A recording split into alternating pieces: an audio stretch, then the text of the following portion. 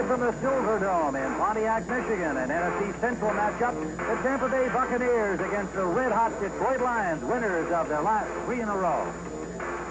Hello, everybody. I'm Tim Ryan here at the Silver Dome, and you've got two teams at 5 and 9, 2 games remaining, both very much on an upward curve. With me, my broadcast partner, Randy Klopp. And Randy, talking with Ray Perkins, he has a feeling that they can win the final 2 games and really be set up well for 1990 with his young team. Well, the Bucs have the usual attitude of a team with a losing record. They want to get the last couple wins in to build momentum for 1990.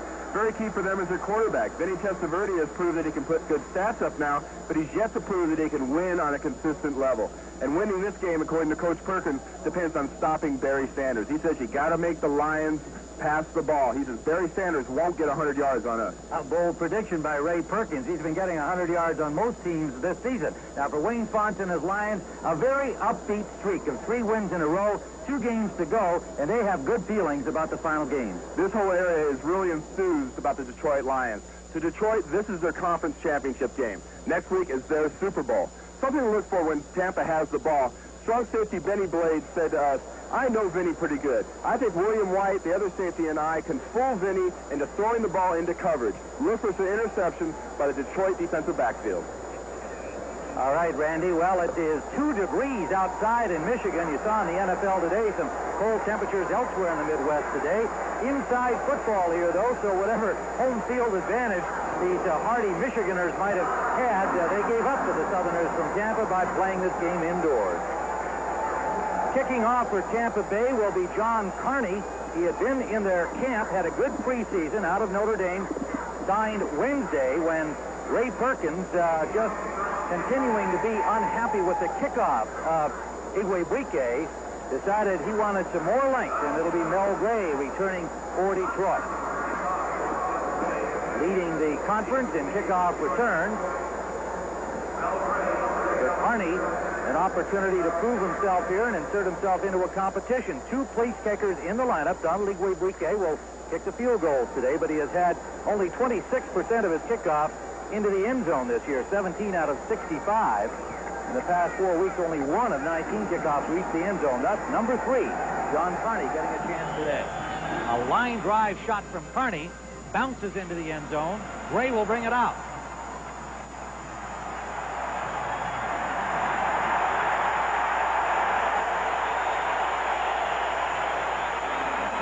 Good return for Mel Gray. Ricky Reynolds steered him out, but not before he got over the 35-yard line. Well, let's see now. They're going to mark he stepped out at the 33. Bob Galliano, 13 of 23 last week in the Lions' 3rd consecutive victory, threw 1 interception, but a harmless one, and indeed ran for a touchdown in that game, working again in relief of Rodney Peete. Brown, Andlesick, Kevin Glover, Ken Dallafor, Sanders taking over the spot when Harvey Salem went on injured reserve. Sanders, the lone running back. Johnson, Phillips, rookie John Ford, and Clark, the wide receivers in the run and shoot.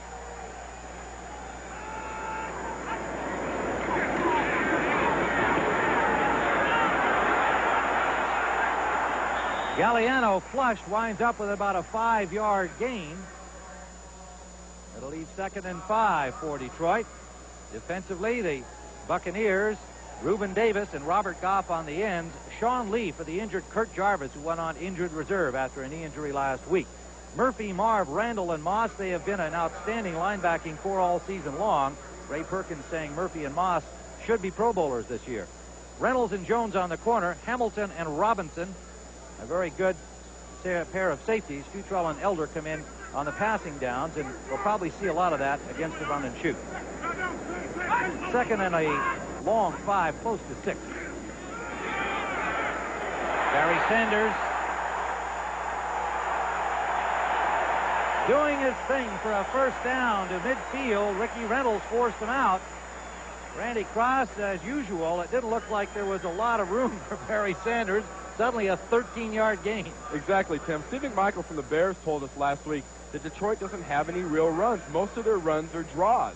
Well, that was a classic example. It was set up very, very late, given to Barry. The Ducks had stuffed it real well inside, but he does very, very well. One thing he does real well is he bounces. He's got such quick feet. He took that outside, and you've got to have contained responsibility from the linebackers against Barry Sanders.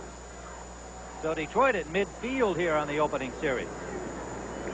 Jason Phillips in motion, number 24. Intended out the right side for Stanley, a flag down.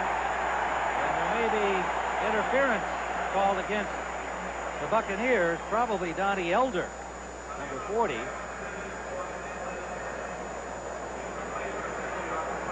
The referee is Pat Haggerty. Now, Wayne Fonts wanted Galliano to not give up the ball. One interception last week, a harmless one. There is the interference signal, and I think he got a little lucky there, Randy, because that was good coverage, even though it was illegal coverage. It wasn't the best target. Defensive pass interference, number 40. First down. Elder is the man charged with interference. Well, exactly. You know, Ray Perkins told us, I've got a real problem with the officiating this year in the NFL. And you see the contact was made. That clearly was a good call. The thing that was kind of interesting about that call was made by the head linesman, Sid Simon, who was all the way on the other side of the field. So he had the view to see the right arm of that defensive back make the contact first. First down, Lions, nonetheless, inside the 40 of Tampa Bay.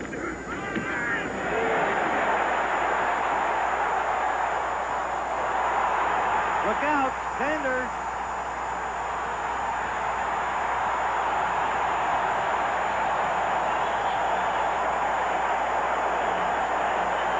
To the 5-yard line where Donnie Elder made the tackle.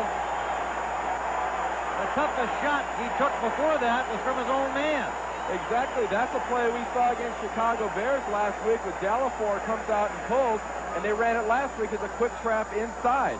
That time, we're going to see Sanders is going to take it. Now watch the defensive end. Watch Thomas. 51 is in as a nickel pass rusher. He goes outside of Thomas. And from here on, it's all Barry Sanders. Watch his legs and the way he moves and those feet. He has the ability to cut back. Guys can't grab him. You can't arm tackle Barry Sanders. Sanders on first down gets to the 2-yard line. He needs 95 yards today to tie the rookie rushing record set here in Detroit by the great Billy Sims, and he is off to a good start. Despite Perkins' prediction, they would hold him to under 100. That's one of the interesting things that always comes from a coach when a coach makes a prediction. I haven't seen a coach yet that got out there and made a tackle or completed a pass. He's got to have those guys that he puts on the field help him out. Now the Lions go to their jumbo offense on short yardage near the goal line. Chris Gamble, Trevor Maddich, and Jerry Ball, the defensive nose tackle, coming in for extra blocking, along with fullback Tony Page. Sanders is stopped. A good defensive play by the linebacker Winston Moss, number 58, with help from Eugene Marv, 99. We talked about Jerry Ball, number 93, their nose tackle, coming in at tight end in their short yardage and goal line jumbo offense. Lions told us 2 days ago that every time he comes on the field, the offensive linemen go, Jerry, please don't hold. Keep your hands in. Don't hold these guys. He also told Coach Wayne Fonts, look, I know there's a play in here that you can throw the ball to me, but if the game's in doubt, please don't. You got to love that guy. What a defensive year he's having. Randy Cross quoted in Detroit papers saying Ball ought to be in the Pro Bowl. Third down and goal. 4 receivers spread across. Touchdown. Richard Johnson.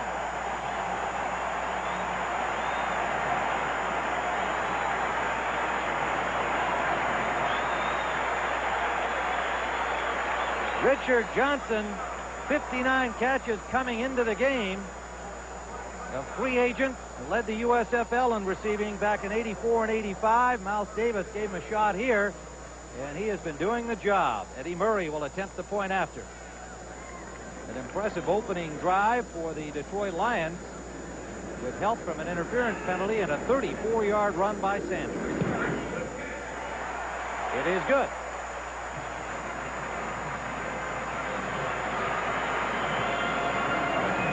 This is yet another example of the difficult situation you put a defense in. They had the big linemen in before. Now they got the little guys in. The defense has to adjust, but they don't adjust well enough.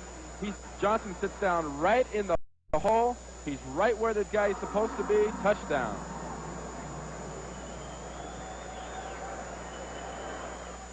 Tim Ryan and Randy Cross here at the Silverdome. The Lions have taken a 7-0 lead, going 67 yards in 6 plays, using up 3:47. A good kickoff return by Mel Gray, setting it up. And then a 34-yard dash by Barry Sanders. An interference call helping along the way, and a 2-yard pass, Galliano, to Richard Johnson. Murray's high, short kickoff, taken at the 23 and dropped by Sylvester Stamps. Buccaneers maintain possession. Wilder grabbed it at the 22-yard line.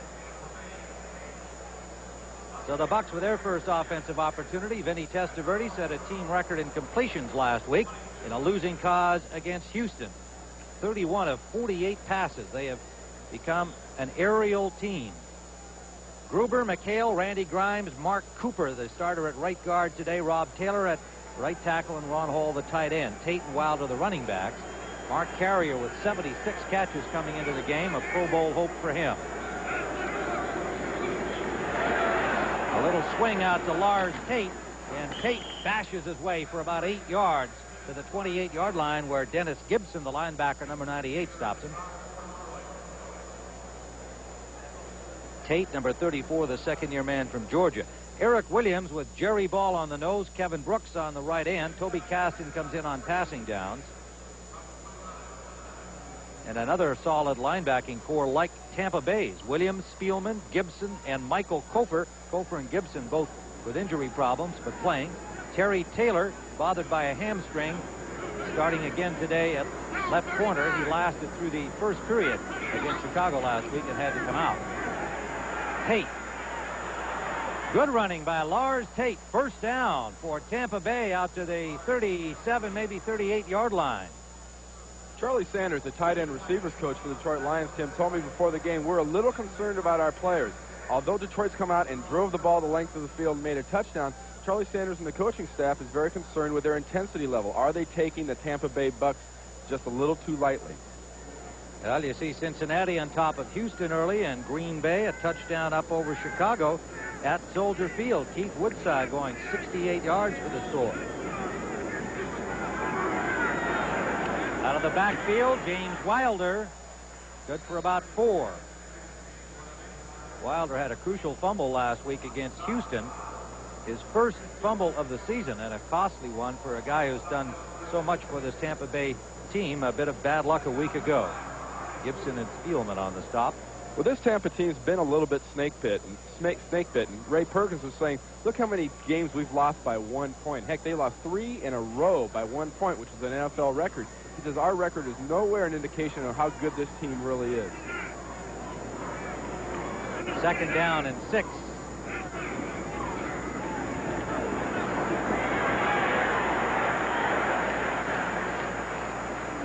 And it'll be close to the first down. Now it's spotted about a yard short.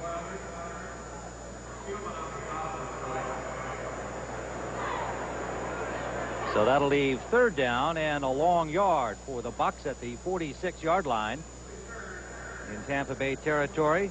Spielman tripped him up. You know, Tim, when I talked about those last second games they were involved in, 2 of those games they won, and 1 was a last-second loss. So tight contest for Tampa Bay, and teams that can put those close wins together wind up with very good records. A young team on the rise like Tampa Bay simply has to learn how to win them all. Good defensive play. Benny Blades in front of Hall, Ron Hall, the tight end. Perfectly timed dive by Benny Blades will bring up a punt.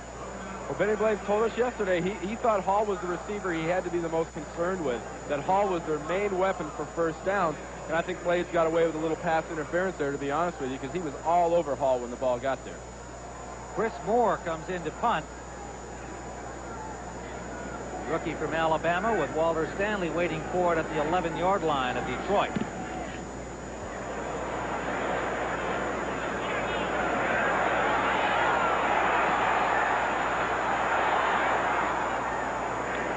Stanley dances to the 18-yard line. And Detroit has stopped Tampa's first offensive try. They come back leading 7-0. A hero of yesteryear, Billy Sims, a great Heisman Trophy running back who was such a star here in Detroit, stayed for the game today. Was in Detroit earlier in the week on business. Wanted to stay and see if Barry Sanders can break his record. Sanders has 49 yards so far. He needs 95 to break the rookie record of Billy Sims here in Detroit. And he has a good chance of breaking Sims' all-time seasonal Detroit record. First down, Galliano out to Jason Phillips. Gets about 2 and is stopped at the 20-yard line. Randy, you had a chance to talk to Billy Sims yesterday. He just marveled about Barry Sanders. He says, even though he's from that other school in Oklahoma, he says, this guy is amazing. He reminds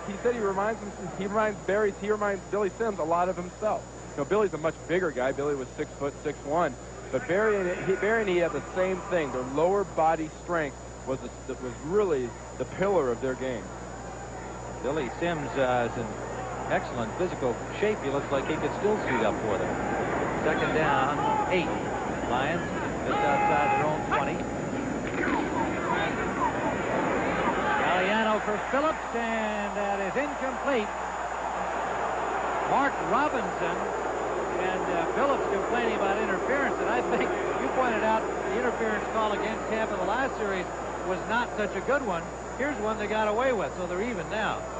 Well, this is, you get a replay here, we'll be able to appreciate how difficult a referee's job is. Watch this. Now, when you slow it down that slow, it's very clear that Robinson got there before the ball. You run that at normal speed and show that, it looks simultaneous. That's one of the things about replays. If you didn't have replay, I think everything would work out about the same. Things trade off. You live with the good calls, and you live with the bad calls, and you like the good calls. Leaves a 3rd and 8. Galliano going deep. Intended for Clark. And that's overthrown with 2 defenders on him. Rod Jones, the corner, picking him up. And Harry Hamilton, the safety. This is a very tough Tampa Bay defense. I think what Detroit's doing right now is they're trying to stretch it out a little bit to open up those zone areas between the linebackers and the defensive back, because these long bombs and the long passes have not been what Detroit does best so far this year. Willie Drury awaiting the punt from Jim Arnold. Arnold standing at his 6. Dandy punt. Backing up Drury all the way inside his 25. And a good return for Drury to the 43-yard line. Keith Karpinski made the tackle there. We'll be back to the Silverdome in a moment.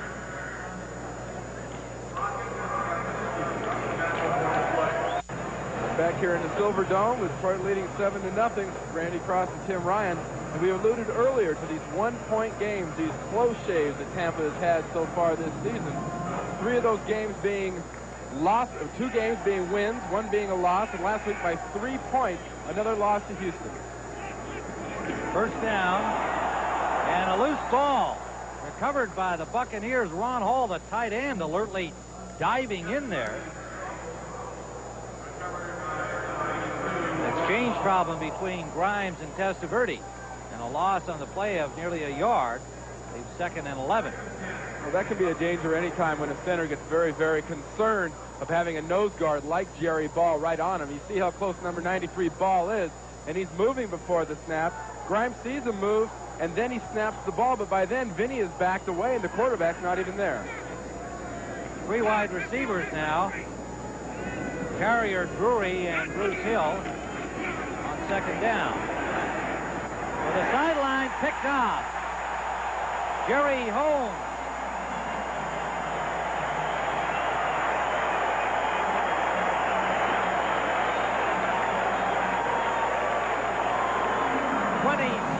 Interception of the season for Vinny Testaverde.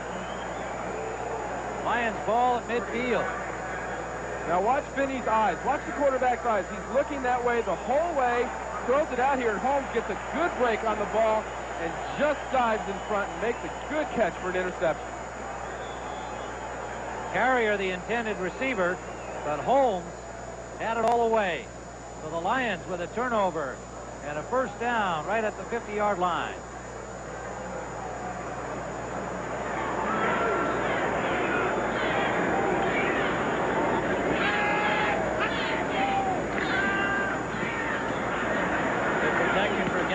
diving attempt at a pass a little off the mark intended for Clark.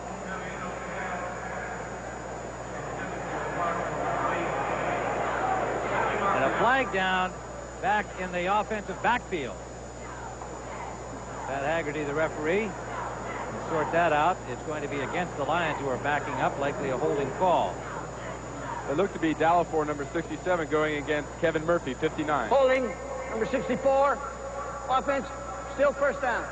Well, correct that. Eric Sanders, number 64.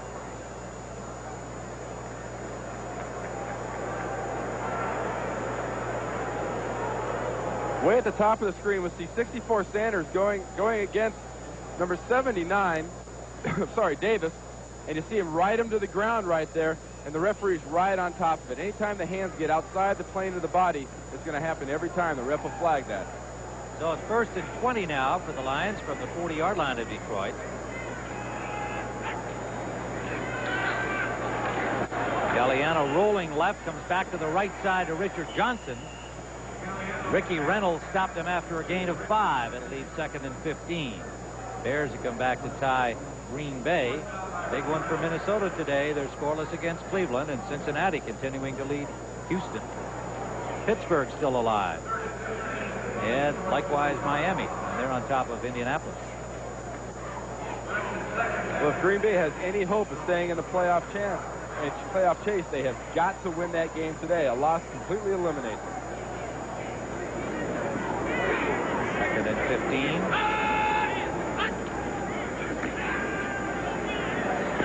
Galliano with a lot of time, and now finally finds a target, Stanley, but it is incomplete. For an NFL update, let's go to Brent Musburger in New York. All right, Tim, the Green Bay Packers struggling to stay alive in their pursuit of a playoff berth. What a spectacular run from scrimmage by Keith Woodside. This put the Pack up 7-0. Bears tied it, but now the Packers have scored a second touchdown, 14-7, Green Bay back to 10. Great start in that ball game on a cold day in Chicago. Last report we had out of there, 15 above with a wind chill factor of -2 at Soldier Field. They call that football weather back here in the Midwest. Yeah, right. Yeah, last week was balmy. The game against Detroit, 35 above. 3rd and 15. Galliano again, good protection. Wide open, Jason Phillips. Touchdown.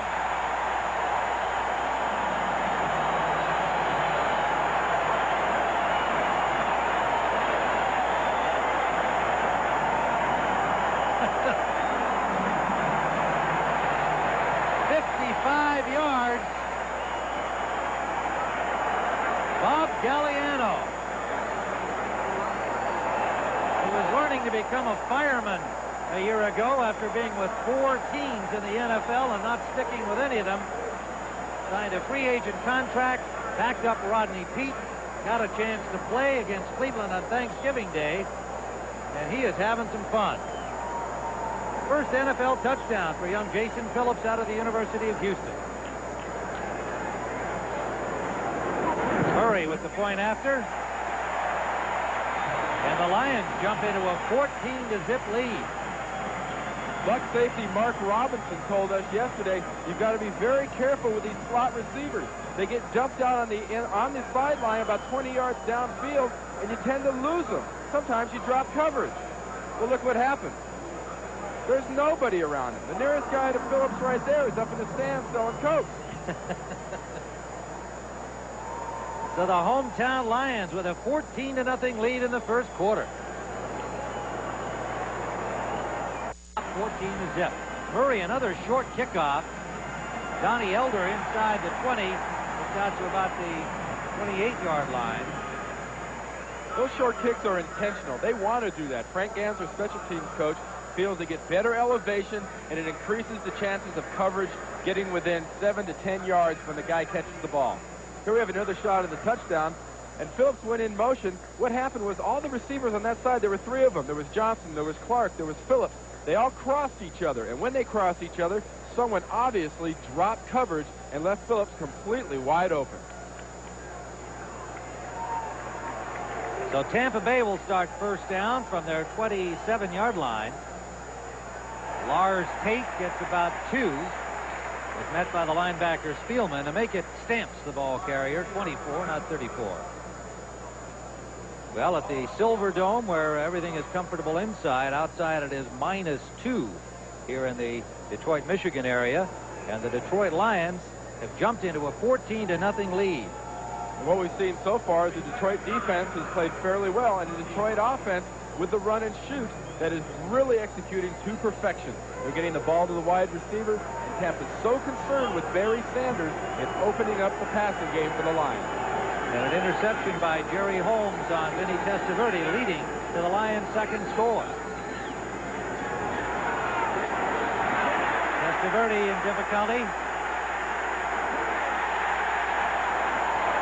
Jerry Ball and Kevin Brooks combined to stop him behind the line of scrimmage. First sack of the day. Well, the people in Tampa like to talk about Vinny Testaverde and how he can move around. But this Jerry Ball, number 93, and Brooks, 97, are no real match for Testaverde. They can run him down. These guys have got real good speed.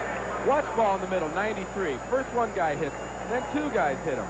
Vinny starts to scramble out. Vinny's got the angle. He should be able to get away. Not this time. The speed of Jerry Ball is truly remarkable for a man over 300 pounds. 4 wide receivers in on third down for Tampa Bay. And that one overthrown, intended for Bruce Hill. Pressure coming from Eric Williams. And Benny Blades and William White are in the middle of the field banging helmets. Benny Blades could have had an interception. That ball was thrown where he could get it, but he was so intent on leveling the receiver, he didn't see the ball. A good pressure defense by the Lions, forcing Tampa Bay to punt. Walter Stanley waiting for it at the 30-yard line of the Lions. Leading punt returner in the NFL. He wants that title.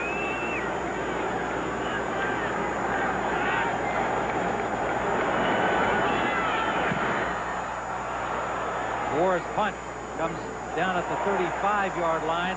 Stanley is going to be dropped back for a loss. Donnie Elder, number 40, as Stanley tried to turn away. Elder put on a burst of speed and stopped him. So the Lions will start from their 32-yard line. And here we see the rushing leaders in 1989. This is updated to right now with Barry Sanders, 1,257 yards. And he is right here. It's pretty amazing coming onto a team like the Detroit Lions that Sanders can get the support out of an offensive line that a lot of people really doubted as to how much ability they have. Well, right, and you include the fact that Harvey Salem and Mike Utley, Steve Mott, all on injured reserve. 3 guys who figure to be starters for the Lions really haven't played much of this season. So it is a high tribute, and there's a proud father, William Sanders, here. Traveled from Wichita to Chicago to watch his son last week. Enjoyed that 2-touchdown performance. Here today. First down, Lions. Galliano, flush this time, has running room out the right side, and may have gotten to the marker. It'll be close. Good effort by Bob Galliano. Coach Wayne Font said when he ran for that touchdown last week that it took him 5 minutes to run 20 yards. Well, Galliano said, was that a 30-yard run last week? What do you mean it was only 14? You have to admire this guy's attitude, Randy. You knew him when he had a cup of coffee with the 49ers. He signs a free agent contract. He's really conducted himself well, knowing that Rodney Pete's the quarterback of the future here. Exactly, but he had that experience with the Denver Gold in the USFL when Mouse Davis was there, and Mouse never forgot Bob Galliano. Galliano's got poise and he's got class, and for a backup quarterback, you can't really ask for much more than that. Second down, about a foot they need, and Sanders got it with a second effort, hit behind the line by Kevin Murphy, the linebacker, number 59. That's squirting forward for the first down. Galliano is 4 of 7, 64 yards and a touchdown. And Sanders crosses the 50-yard mark in rushing. Tim, as good as this run and shoot looks, I think a lot of people are going to start looking at it and saying, well, gee, what can we use from this offense? Look how well Detroit executed this year with the run and shoot. You take Barry Sanders out of the run and shoot here in Detroit, it is very, very average. It's his running that has made the passing game effective. Defenses have to take him into effect. On the first down, Galliano pump once, comes the other way, Now he'll run it again.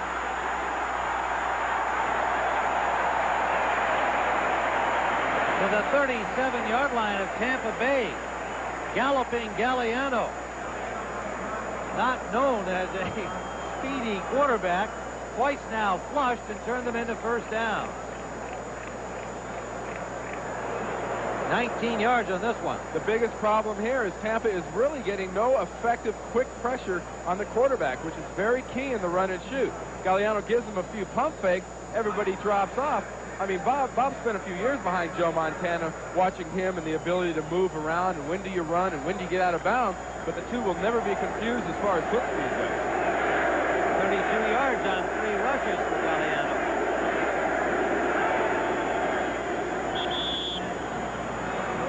And a delay flag against Detroit, using more than the allowable to get the play. Delay of game, offense. So that'll back it up to the 42-yard line for Tampa Bay. I think Galliano just wanted to get his breath back. Green Bay leading the Bears 14-7. No score yet at Cleveland. 7-degree temperatures there. Cincinnati out to a 14-0 lead over Houston. That is a crucial game. Houston cannot play outside of the Astrodome. 1st and 15 for the Lions. Sideliner to Clark, can't hold on. A little high. Rod Jones on the coverage, number 22.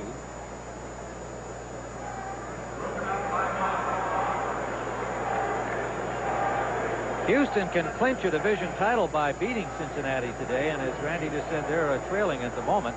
They're 9-5 atop the AFC Central. Cleveland, of course, if they win their game and Cincinnati loses to the Houston Oilers, if Houston loses, then Cleveland can keep the picture in their hands. It's that time of the year, Tim. Every game you go into, there's about 800 different possibilities. 2nd and 15 for the Lions. Sanders gets to the 34-yard line. It'll leave 3rd down and a long 9 for the Detroit Lions here. Harry Hamilton made the stop. You know, you look at Barry Sanders' jersey. He's got that lineman's carpet tape on his shoulder pads, and he lays his jersey on top of that carpet tape. That jersey adheres so much, guys can't grab him. Wayne Fonts a couple weeks ago decided that my running back is not going to be tackled by his jersey anymore. And you see him cutting and squirting through these holes.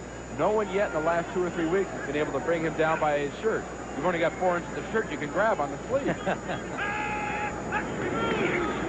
3rd down. Galliano with time. There's a 1st down pass to Robert Clark. To the 25-yard line, Bobby Futrell. And the nickel defense, number 36, pushed him out of bounds, but not before the 1st down.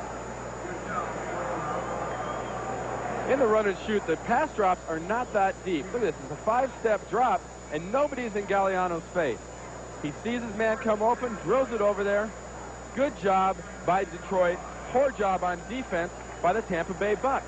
Effective job by Lomas Brown, number 75, and Eric Andlesick, number 65, working against Tampa Bay. They've got... Sanders this time is stuffed for a loss of about 2 by Reuben Davis, number 79. Davis playing with a very sore shoulder. There's even some question that he'd be able to go, but when we saw him in the hotel last night, he said, "I'll be there. I want to play." Final minute of the 1st quarter. And you may have noticed number 51, Broderick Thomas, in action for Tampa Bay as well.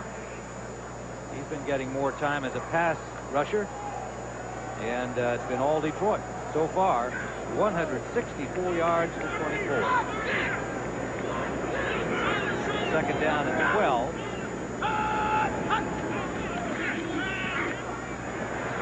Galliano, he's got Stanley wide open. Stanley gets a 1st down.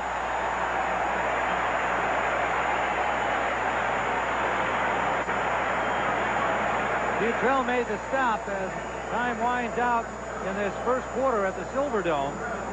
Lions finding wide open receivers. So at the end of one from the Silverdome, the Detroit Lions 14, the Tampa Bay Buccaneers nothing. Downtown Detroit, we're out in Pontiac, and indoor football this afternoon on a frigid day in Michigan. A 14-0 Detroit lead, and they're threatening again. There's Mouse Davis, and you know there was a lot of scorn heaped on this guy when he put in this offense this year, but he's proven it is effective. Earlier in the year, everybody said, this is just long yardage passing. It's not that difficult. If it's not so difficult, how come guys are so wide open? Boy, are they ever. And we've seen 3 today with at least 10 yards on each side of the open receiver. This is Sanders. They string him out well. Rod Jones finally got some help to knock him down for a loss. So twice Barry Sanders has been stopped for losses. Good reaction defensively by Tampa Bay. And that was the case where Barry Sanders may have been better served, just sort of duck up, take his 1-yard gain and be happy. But when a guy's got that kind of ability, his first instinct is to always try to make something happen. A loss of 7 on the play for Sanders. Detroit 9-1 over Tampa in first down. That is unbelievable. It has been all Detroit. Sanders trying the off tackle, cuts it inside and picks up about 5. It'll leave 3rd down and 11 at the 15 of Tampa Bay. You know, that first yardage stat, what makes that all the more impressive is the run and shoot has never been thought of as being a real ball control, methodical type of an offense. It's always been looked at as kind of a big play gimmick offense. But Detroit has managed to use it to control the line of scrimmage and to control the ball. But having a ball like a running back like Barry Sanders has made Wayne Fonts and Mouse Davis's jobs as coaches a lot easier. They've had 11 plays in this drive to back up your point. And they've had the ball for over 10 minutes compared to 5:49 for Tampa Bay. Sideliner almost picked off. Walter Stanley did a good job to get an arm on Futrell, or Futrell would have had that ball in an open field ahead of him. Well, Tampa Bay finally got good pressure in Galliano's face. Watch Futrell, number 36, break on the ball right now. Look at him go for the ball. He can see it right there. He's thinking 6, and fine play by Walter Stanley, grabbing that left arm and preventing an interception. So a close call for Galliano and company there. Eddie Murray attempting from the 23-yard line, a 33-yard attempt. And Eddie Murray widens the Lions lead 17-0 early second quarter at the Silverdome. NFC playoff. Giants clinched yesterday. Minnesota, if they win today, they're in. Washington and Green Bay have to win today to stay alive. And in the AFC, Denver's clinched the home field all the way through. Houston, the win today would clinch the Central for them, and obviously a whole bunch of teams are hoping to stay in the rest of this race with only 2 games to play. Who do you like in the conference finals each side? Well, in the NFC, I like the San Francisco 49ers to play at Candlestick Park against the Philadelphia Eagles. And on the AFC side, I think it's going to be snowy Mile High Stadium with the Broncos and the Oilers. Broncos and the Oilers. That'll be kind of interesting. You've already pointed out Houston hasn't been playing well on the road all season long. So that'll be a tough place for them to have to go. But Denver's going to be at home no matter what. Murray's kickoff comes down at the 15. Donnie Elder there. Gets out to the 22-yard line. Stopped there by John Miller, number 44. Let's go to Brent Musburger for an NFL update. Well, Tim, here is Chicago's second touchdown against Green Bay. Pretty pass from Harbaugh to Neil Anderson, and it's tied at 14. Hey, Tim, did I hear Randy Cross say Houston? They're down 21 points to Cincinnati. Back to Tim. Wow. Well, you're allowed to revise your opinion. I like Houston, too, but obviously they're in trouble today. Well, as a lot of teams have learned in recent weeks, it ain't over till it's over. 21-0.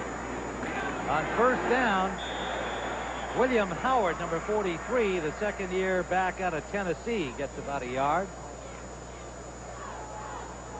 Boomer Esiason has thrown 2 touchdown passes to Eddie Brown in this game. James Brooks ran 14 yards for the other touchdown.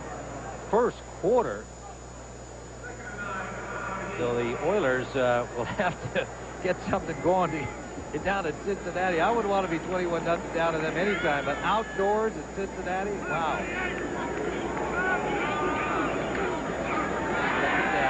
Testaverde intended for Peebles, incomplete. Number 83, the rookie out of North Carolina State, wearing that eye guard because he was poked in the eye a few weeks ago. Brent told you Green Bay and the Bears tied up at 14. And look at this one, still scoreless in the second period on the frozen field of Cleveland. Pittsburgh trying to stay alive. Miami likewise. Caston is in as a pass rusher for the Lions. Griffin and Crockett are in the secondary on 3rd and long.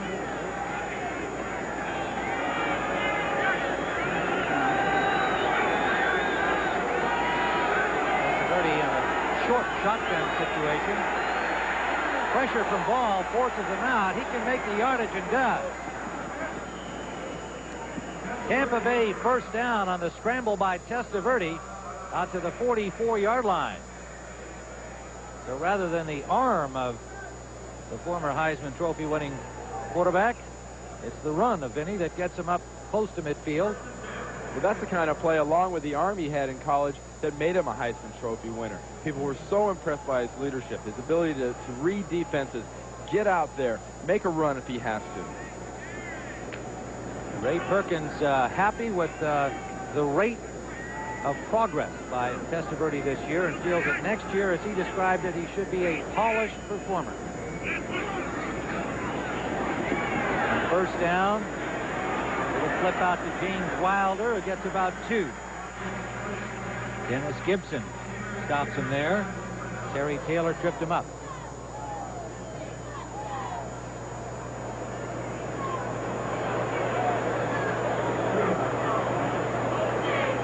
Griffin comes in and Gibson comes out. They get an extra back in here on 2nd and a long 7. And Ray Perkins has some interesting things to say about Testaverde, and you see the standings there with the remaining schedules for the two teams really still in contention.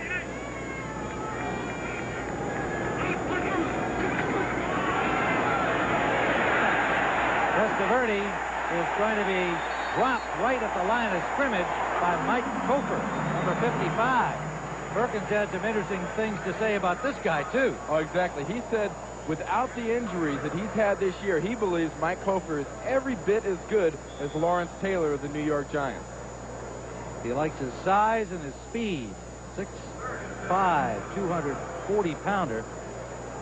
You know, we talked about, or I did, about Ray Perkins talking about Vinny Testaverde. He said, I expect my quarterback to know all 11 responsibilities on the defensive side, all 11 on the offensive side, and now Vinny knows football. 4 wide receivers for Testaverde on 3rd down, and he's in trouble. Sack. Lawrence Keith, number 96, the rookie from Nebraska. And the quarterback is down and hurt. Vinny Testaverde.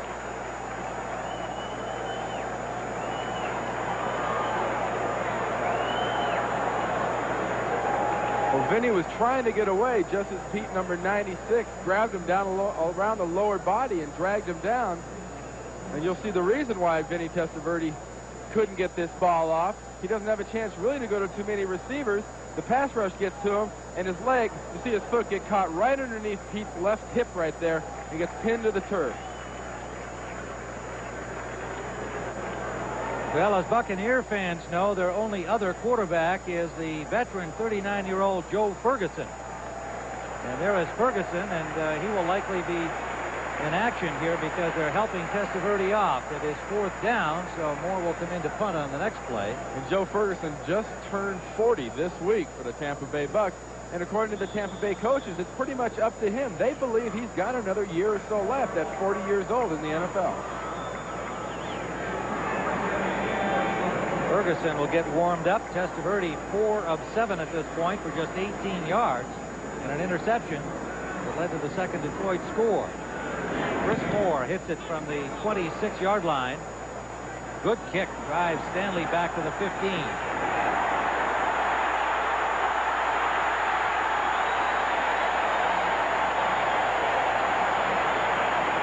Walter Stanley, the league's leading punt returner.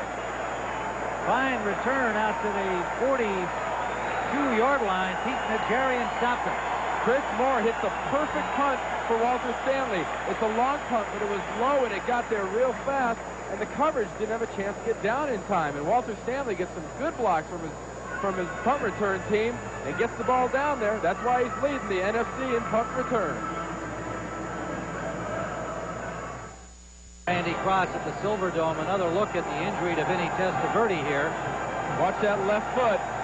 Pete's left hip comes down right on the back of his ankle, pins it to that AstroTurf. And we can only hope that all that is really is a sprain for Vinny Testaverde. A 27-yard punt return for Walter Stanley has Detroit at their own 42-yard line and leading 17-0. Galliano sacked. The charge led by Winston Moss, number 58, from the right side linebacking spot, and up the middle, Irvin Randall. Vinny Testaverde, as you can see, is being driven off here. They're going to take a look at that left ankle, evidently. They will x-ray it right here at the Silverdome. I made a comment earlier about Walter Stanley leading the NFC in punt returns. Walter Stanley leads the NFL in punt returns. He's having that kind of a year. And he's talked about that being his goal the rest of the way, because in this run and shoot, he is not one of their premier pass receivers as he had been in previous years at Green Bay. Galliano eludes the first rush, gets a good block, and then slides in for a gain of about 4 yards, maybe 5. Sean Lee had him wrapped up for a big loss, and he eluded him. Well, it's a good choice by Galliano to go down here, but you can see Tampa Bay is showing blitz, but they only bring 3 guys. Sean Lee, number 97, gets in his face. Galliano shrugs him off. Robert Goff is giving chase. Glover, 53, gets a nice block on him. And he's about to be hit, and he says, no, I've done enough work on this play.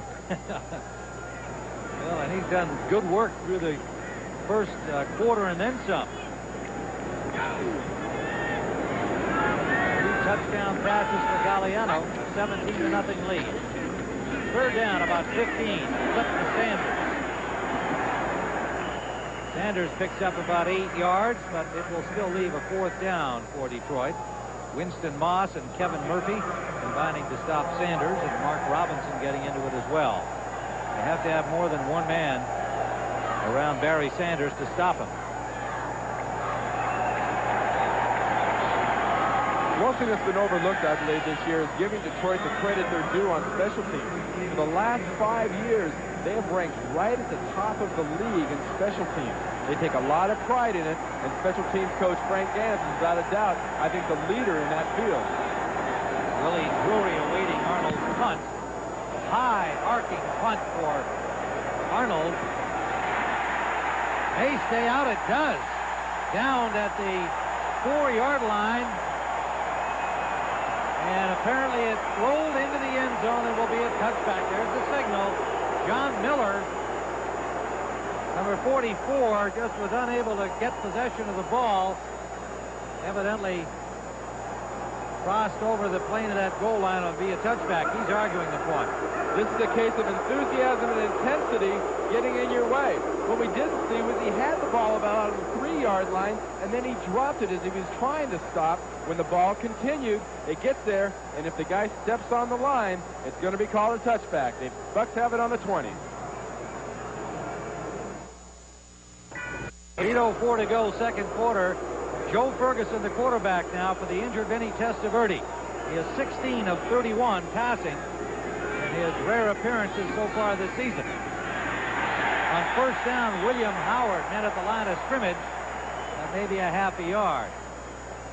Now let's see that down punt. A great punt by Arnold and an eager young John Miller. The ball stayed out, Randy, but unfortunately for Miller, he went over that goal line. If the ball or any part of the covering person is in the end zone, like his arm right there, the ball's on the half-yard line, John Miller's in the end zone, that's a touchback. Looked like he was kissing the goal line there, too. And unhappy to do so. Miller was involved in an unusual play last week against the Bears where the punter, Jim Arnold, kicked the ball into his back and was credited with a minus 10-yard punt. 2nd and 9 for Ferguson and the Bucks, and some early movement charging over Kevin Brooks was he drawn. Ball start, 73. Yes, that's Tom McHale, the left guard, number 73. And Green Bay has gone on top of the Bears by a field goal. Still scoreless in Cleveland. On a cold, frozen field with those two good defenses, it's going to be low scoring. And Houston unable to get anything going against Cincinnati, and Pittsburgh and Miami both need to win, leading their games.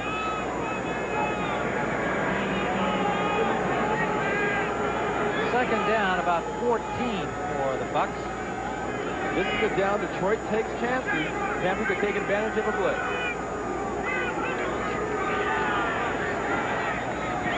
Intended for Bruce Hill, incomplete. And for another NFL update, let's go to Brent Musburger in New York.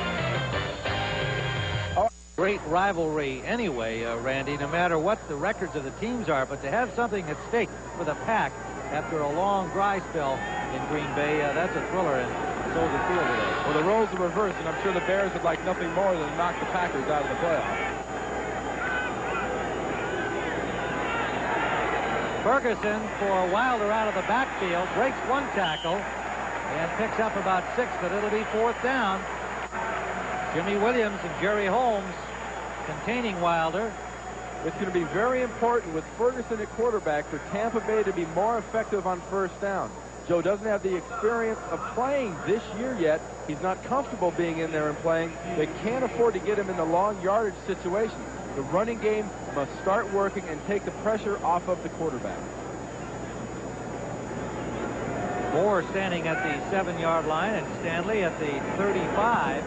Lions will wind up with good field position again. Fair catch signaled by Stanley at the 41-yard line.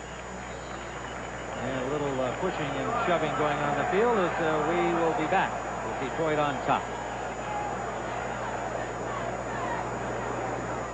At the Silverdome, where the hometown Lions, trying to get to 4 wins in a row, have a 17-0 lead. And Randy, the Buccaneers losing Vinny Testaverde, that's got to be a real difficult uphill climb for them. Ferguson has not had much play. Exactly. They're facing a confident, tough, physical Detroit team. The key for Tampa with a backup quarterback that hasn't played much, the offensive line has got to be more effective against Detroit. They've got to be able to run the ball, or they have no chance against this tough Detroit defense. Let's not forget that Bob Galliano himself, number 14, is a backup quarterback, but he has had more playing time than Ferguson because of the knee injury to Rodney Peete, and he has done awfully well. On 1st down, jumping in on top of him, Sean Lee. He got there before Galliano did. Now, was he drawn over? He seemed to have started about a half a count too soon for even Kevin Glover, the center, to get a hold of him. Offside. Defense, number 97. Sean Lee for the injured Kurt Jarvis, second-year man from Northern Alabama. Now, Sean Lee is right over Glover, number 53, the nose guard, kind of cocked in there sideways. Gets a little bit of anticipation, but I tell you what, did you see Glover? The ball moved a little bit right as Lee did. I think Glover was guilty of a little false snap and drew him offside. Well, you would be an expert in that category, Cross, and I'm surprised to hear you admit they would do something like that. Take the blame for it. Oh, it's accidental, of course. 1st and 5. Galliano for Phillips. Nice move by Phillips. 1st down, Lions. Got away from Mark Robinson to get the 1st down. Let's take one more look at the interior on that snap. Now watch the ball. Watch Kevin Glover. He's going to bring it going. The ball's going to start. Now watch the ball go. It's going to move a little bit. The ball starts just about the same time as Lee does. Great jump by Lee, it looked like. Good anticipation. That's the kind of thing Keith Millard with the Vikings has been getting away with his whole career. It's not offsides when he does it. So Kevin Glover got away with one there, in the opinion of our expert center. 1st and 10. All at the 46 now of Tampa Bay. Galliano has his man Phillips, first down.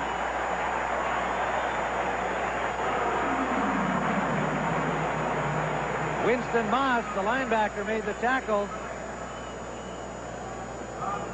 Now the thing to look for here is Galliano is going to roll to his left, the screen's right. Keep in mind, this is a right-handed quarterback going against the grain. He's pumping. Look, his body's moving the other way. Watch him whip this thing sideways into the zone. Phillips is where he's supposed to be, but that was a fine pass by Galliano.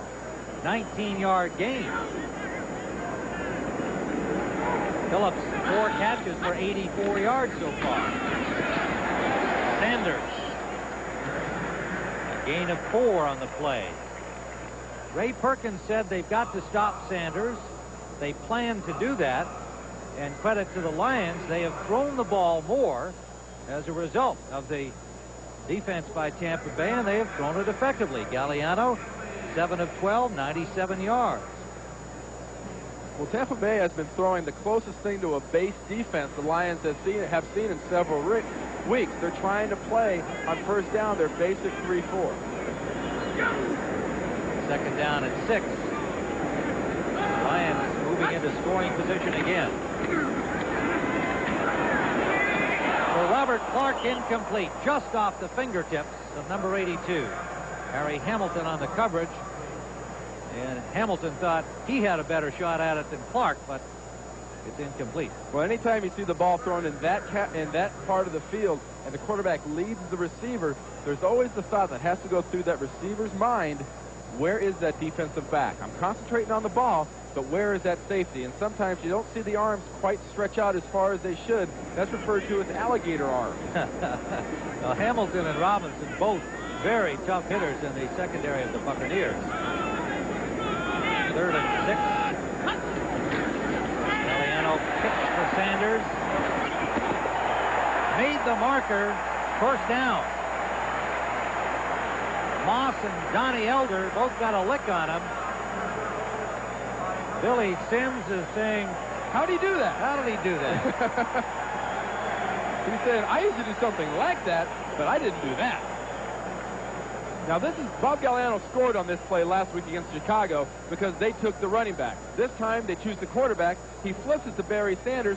Look at the move he makes on those two guys. That one right there where he struggles and twists and turns, his center of gravity is so low, he can drive powerfully right at the end of a run.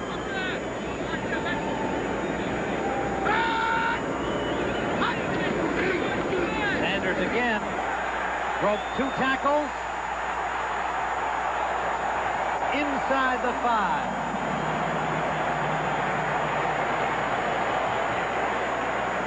Got help from Robert Clark, little wide receiver with a nice block. Watch the Tampa Bay defense on this replay. They're up. They're showing blitz. They bring blitz. I don't know if that was an audible, but Dallapour just gets his block on the defensive end. Robert Pigoff, number 94, and then Sanders breaks it outside and uses his strength and speed. 77 yards on 12 carries for Sanders. He needs 95 to catch Billy Sims' rookie rushing Lions record. On first down, Sanders, inside handoff. Touchdown.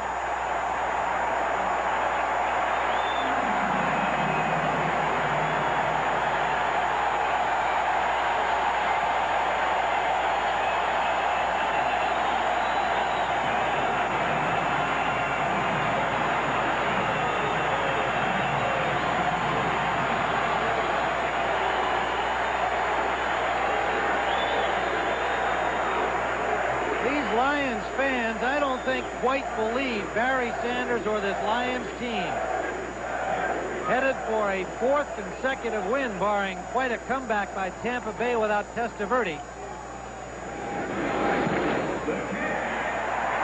Murray with the point after.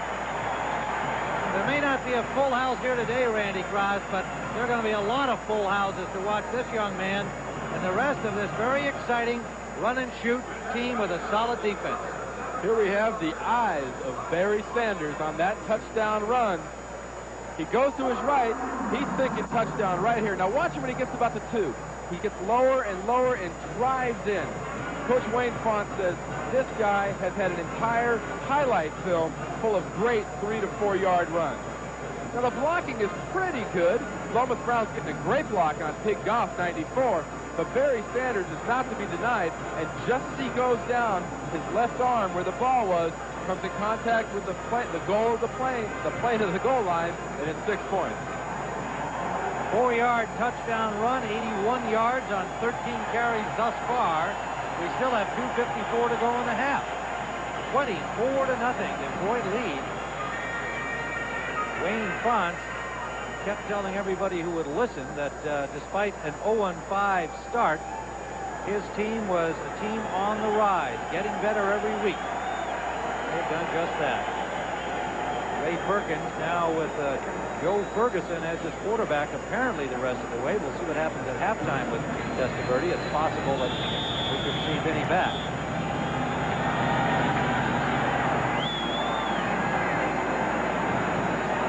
Murray's kickoff from the goal line this time. Flags everywhere as Wilder hit hard at the 20-yard line, getting a rise from the crowd. John Miller there to hit him. There's a close-up look at Barry Sanders, and we'll see what the flags are out on the kickoff return.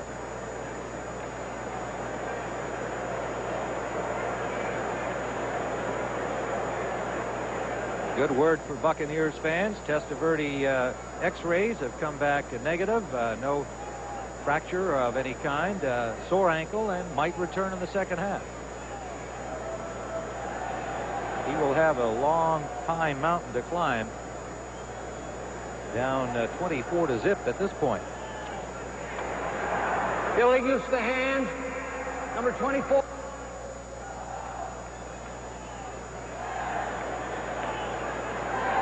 Number 49. Double.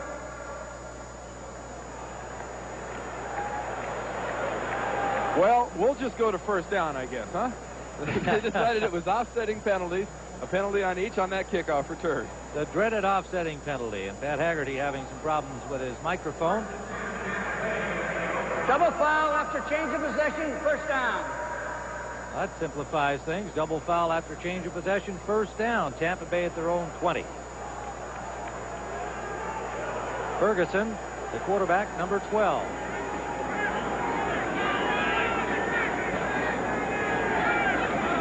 Loose ball.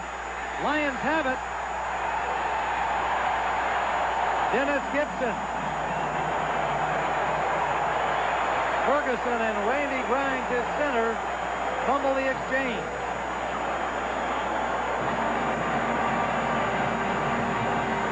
Well, up to now, the Tampa Bay offense has been pretty much ineffective, if not non-existent.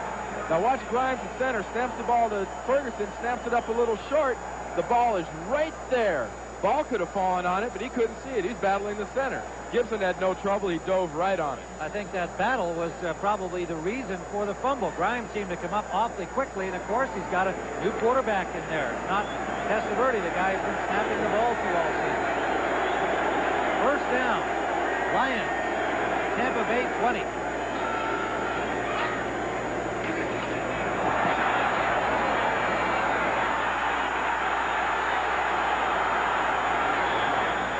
Galliano escaped the rush and picks up 3.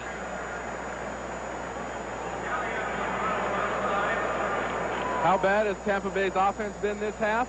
Take a look at that. If they're not kicking it, they're giving it away. That has been the problem, and of course their possession start points have not been too terrific for them. Only once have they been outside their own 30-yard line. They started from the 42. Just been unable to move the football. 2nd and 8. Galliano got some good help on the crashing rush from the right side from Goff. Turned it into a 2-yard pickup. Galliano trying to get it to Sanders, incomplete. Pressure this time from the linebacker Moss from the right side, number 58. That's an awful tough catch for a running back going in the opposite direction, reaching back for the ball. Green Bay up by 10 now on the Bears. Well, so much for Houston. Holy smokes, son. 28-0. Roderick Thomas in defensively now, number 51, along with Elder and Futrell into the secondary on 3rd down and long.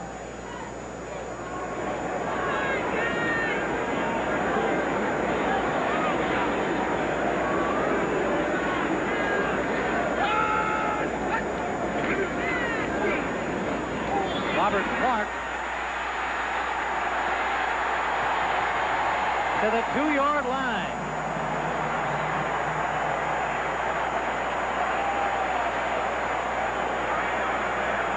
One of the several small free agent receivers on this Detroit Lions team making a mark for themselves.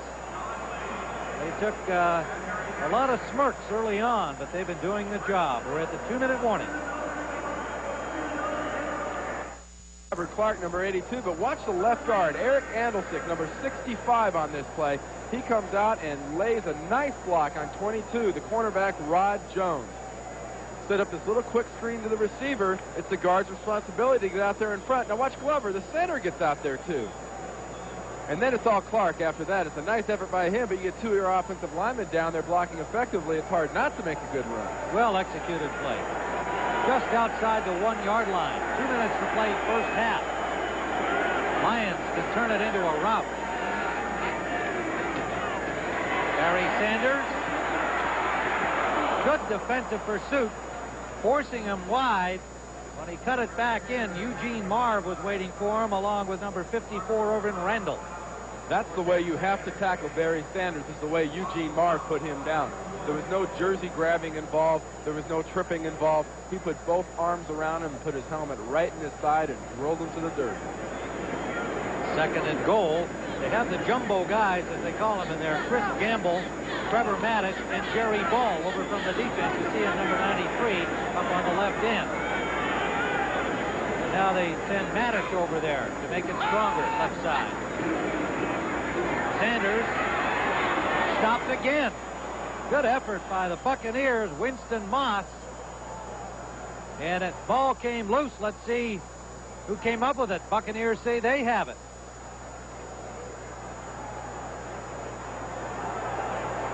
Huge play for the Buccaneers. They cannot afford to let another score by Detroit go into that end zone here with 1:07 still to play in the half. This is one of those situations where the guy that had it originally might not be the guy that ends up taking it out of this pile. Everybody's fighting, they're kicking, they're scratching, they're clawing. Well, and the officials have given it to Tampa Bay. So a goal line stand by the Buccaneers. And the fumble by Sanders. So Tampa Bay, who really desperately needed to stop Detroit, not only stops them, they get the ball. Well, on his last touchdown, Barry got to about the 2 or 3 yard line, got low and used that power to drive in. This time, let's see if we can see where he drops it. He's being tackled. He's driving. He's stretching. He goes to stretch the ball out before he's on the ground. They knock it out of his hands. And it looks like the linebacker Murphy may have been the guy to dive on the loose ball. But it's first down for the Buccaneers. Desperately needed goal line stand gets the ball back for them. Wayne Fonts calling for a timeout. 57 seconds remaining first half.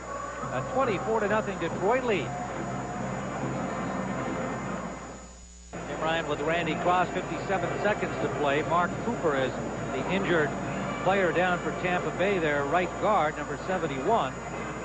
He's starting for the injured John Bruin, who is just back in the lineup today off injured reserve. And Carl Bax, who had been playing there ahead of Cooper until a couple of weeks back, is on the inactive list, so we may see Bruin in. Well, with 57 seconds to go here, it's 2nd down. It's very crucial for Tampa Bay, unless they want to give up more points here in the first half. They've got to get a first down. They got to get the ball out here at least for another first down, because the way they've been kicking the ball, Detroit will get the ball back with plenty of time to score.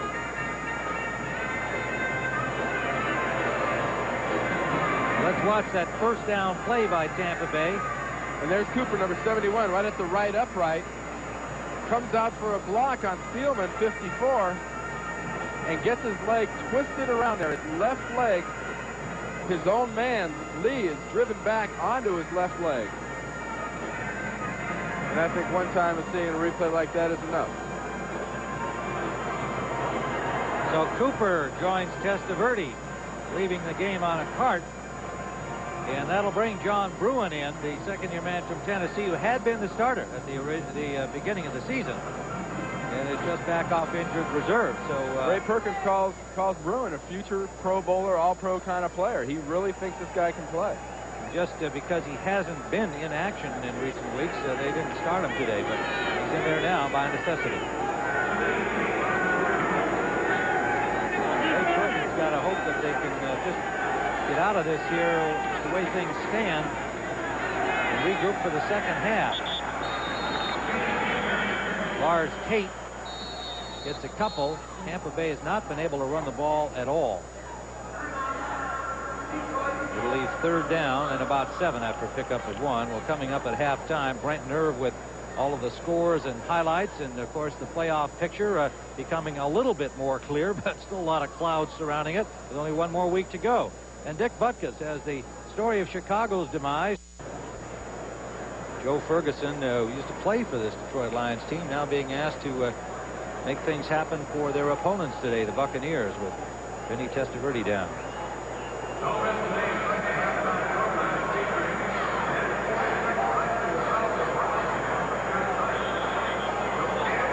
Ferguson played the entire game in the earlier meeting this year. Testaverde was out hurt.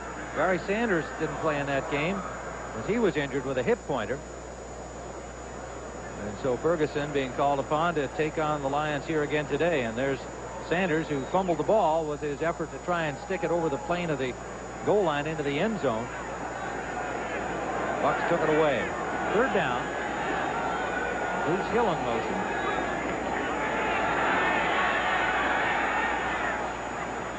Sylvester Stamps. And he may have the first down. Yes, he does. Good piece of running by the little man from Jackson State. Coming over as a free agent from Atlanta this year. Out to the 12-yard line. That was very crucial. Sylvester Stamps probably saved his team right there. At least a field goal by Detroit. Because in this type of territory, I think Detroit could have gotten down and gotten within Eddie Murray's range. And now they've got just 11 seconds to use up. Do they chuck it here or just wind it down? Well, they're going to run it. Stamps gets about 6 yards to the 21, and that will do it for the first half here at the Silverdome. An impressive one for the Lions, a dismal one for the Buccaneers. And Vinny Testaverde in the locker room with an injured ankle. Wayne Font and his Lions trying to win their 4th in a row, 5th in their last 6 games. And looking forward to the 90s as the Buccaneers are, as a couple of the very exciting looking young teams in the National Football League, including Green Bay. 3 of them are in this NFC Central Division, Randy. Well, they used to sort of refer to them as the other 3 in the Central Division, with Minnesota and Chicago being the team. That is not the case anymore. And a team like Tampa Bay has gone to the past. That's how they've gotten there. Detroit has gotten Barry Sanders. Green Bay has gotten down Dan Mikowski and gone to the past. They are a factor. Next year, I think it'll be probably the strongest division in pro football. Now the Lions, Tim Ryan with Randy Cross at the Silverdome. Indoor football in Pontiac, Michigan, a 24-0 halftime lead for the Lions. Eddie Murray will kick it off. And Bobby Futrell is the deep man for Tampa Bay at the 2-yard line. No further word on Vinny Testaverde, but we, at this moment at least, do not expect him back. An ankle injury, not a fracture. Joe Ferguson took over when Testaverde was hurt. Sylvester Stamps. Flag down as Stamps, with a good effort, gets to the 25-yard line of Tampa Bay. Carl Painter, John Miller there to stop him. Pat Haggerty, the referee, will let us know what the call is. Holding against the receiving team. Holding. Joe Ferguson brings him on. 25 on the return. First down. Sherman Cocroft charged with the holding penalty. Backup defensive back. Well, in that first half, you can see Testaverde and Joe Ferguson, not much of anything going for them. Galliano, consistent, 10 of 17, 2 touchdown passes, including a 55-yarder. And Sanders with 81 yards, out rushing all of the Tampa Bay backs. He's 95, tie the Billy Sims rookie rushing mark of Detroit. Lars Tate picks up about 5.5 yards on first down for Tampa Bay. William White on the tackle. Christian Okoye, we're told, Randy, out of the game in Kansas City because of an injury to his rib cage. Sanders trying to close on him for the overall rushing lead in the NFL. Well, it's hard to imagine anybody being able to hurt Okoye after watching him run at his size and speed. That's right. He's had quite a season. Exciting story. Period. Lars Tate on second down gets about 1.5 yards, tripped up by Jerry Holmes. Well, Tampa Bay's obviously coming out here in the second half. They want to get this running game established and try to take some of this pressure off of Joe Ferguson. You know, in the first half, Mark Carrier, number 88, who came into the game with 76 catches, has no catches for no yards. They just haven't been able to move the ball in any way. Well, the key really for the passing game is either quarterback, Vinny or Joe Ferguson, has gotten no pass protection. So it is 3rd and a long 4 for Ferguson on his 22-yard line.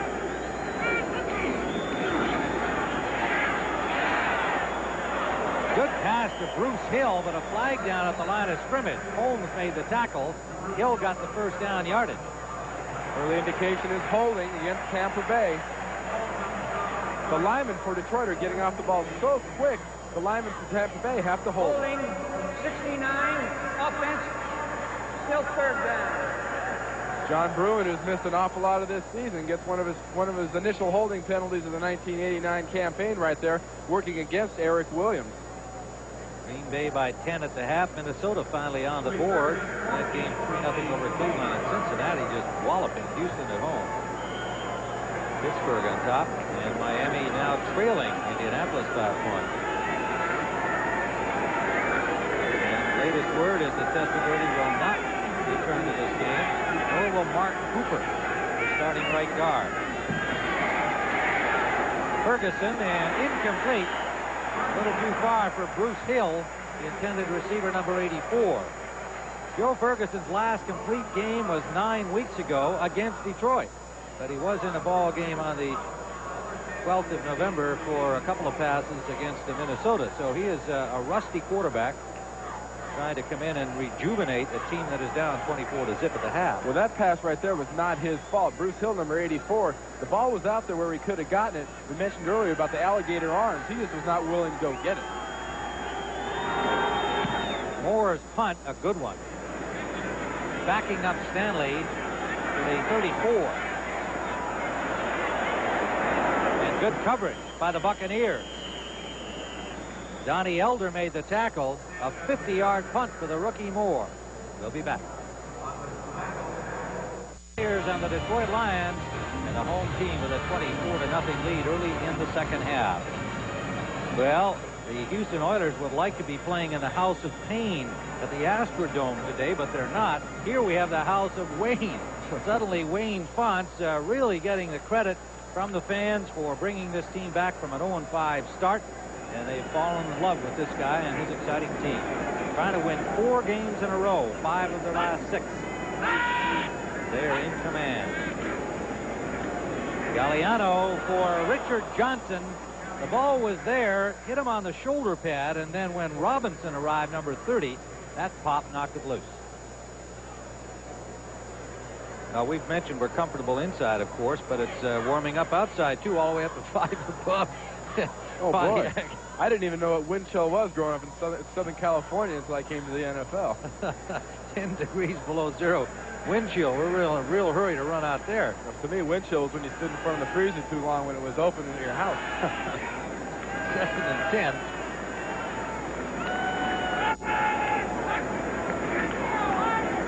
Galliano for Clark, a little wide receiver screen, and Clark gets about 6 yards out of that. Buccaneers have played that a little better than they did the last time Clark burned him on it. That was exactly the same play like you alluded to, Tim. Andrelsick and Glover got out in front of him, and it was a good job by Tampa limiting it to only 6 yards. Billy Sims watching Barry Sanders.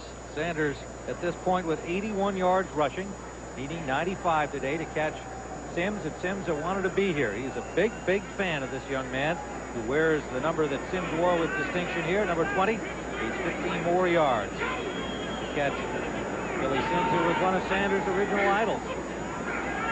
Galliano for Jason Phillips. First down, Lions to midfield. Butrell steered him out. Ray Perkins saying that they would go with a lot of nickel and dime. They weren't going to do anything dramatically different than other teams have against the run and shoot. Well, the most important thing against the run and shoot, if you're going to try to do anything against it in particular, is to attack the quarterback. He's got to get pass protection. The last guy you really expect to be able to pass block real well is Barry Sanders. He says he's been working on it. He sees his man, gets a little bump on Moss there, number 58. The intent was there. The execution, I don't know about that. Ken Dallafor came out of the game. Joe Malinchik in at right guard, number 74 for Detroit. Sanders tries the left side, and he is over the 40 into the 39-yard line, close to a first down. Harry Hamilton and Bobby Futrell made the stop, and there's Billy Sims, knowing it's just 5 more yards. He's genuinely happy for this guy. There is an injured Buccaneer down, and that is Sean Lee, the nose tackle, number 97. Bear in mind, he's in there for the injured Kurt Jarvis, who's now an injured reserve. So the Buccaneers being depleted by injuries and very depleted on the scoreboard. Feet at the sidelines and apparently all right, looking eager to get back in. John Cannon took over on the nose. Billy Sims, knowing that 7 more yards will do it for Barry Sanders, set a new Detroit Lions rookie rushing record. Second in the yard required for the Lions. Wide open again, Jason Phillips, loose ball. Did the Bucs get possession inbounds or not? You can see the discussion at the sideline.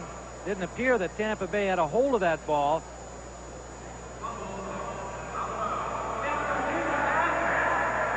Unrecovered fumble, still Detroit's ball.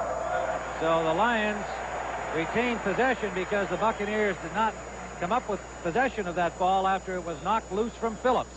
Well, as good a day as these wide receivers for Detroit are having, one of the disadvantages of having little guys is when they're open and they get these passes, can they take the shot?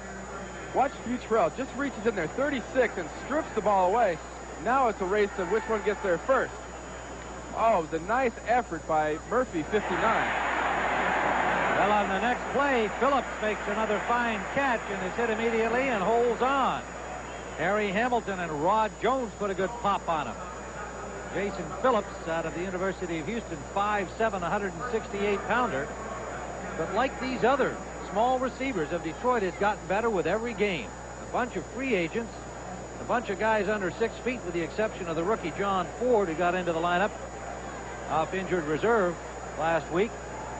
And Jason Phillips now with 7 catches, his best effort so far. They've all been doing well. Sanders, good pursuit, holding him to about a 3, maybe a 4-yard pickup. Robert Goff on the tackle, number 94. And Green Bay widening its lead over the Bears. Minnesota just a field goal up. Cincinnati 31-0 over Houston at the half. Roderick Thomas now into the game defensively as Barry Sanders has to have his sticky stuff repaired there, I think. It's hard to think a strap could come loose with all that carpet tape smeared all over it. A 4-yard pickup, 2nd and 6 Lions. Tony Page replaces him on this play. And that one was open for Phillips, but Galliano missed his mark. And Bob Galliano knows that he had a man wide open, and he overthrew him, led him a little bit too much. You know, one thing I think the fans here in Detroit and around the league have to take into consideration, earlier in the year, Wayne said, I've got a good defensive system. I've got a good offensive system. The problem is I don't have the players to make them really work effectively. I'm not complaining. I'll make it work with the guys I've got. But if I can get real top-notch quality players in here, we'll be a team to contend with. Well, and that's one of them there, Rodney Peete, on the sideline with a knee injury today. And Galliano continuing to do the job. 14 of 23, 173 yards at this point. And he is sacked this time. Mark Robinson, safety blitzing, along with the linebacker, Winston Moss, number 58. Second sack of the day for Tampa Bay. They put a pretty good lick on Galliano, and it's favoring his left arm as he comes off. Well, it's about the fourth time today they've gotten up and Tampa showed that blitz. A couple times they've been burned on runs, but that time Robinson showed the blitz, looked like he was going to fake and not come, and then came, and there's nothing Glover could do to get a block on him. He was all over Galliano. Well, it's his left arm that's bothering him. He is hurt. So the field goal try from 43 yards away from Murray. And it's good. Second field goal of the day for Eddie Murray, and a 27-0 lead.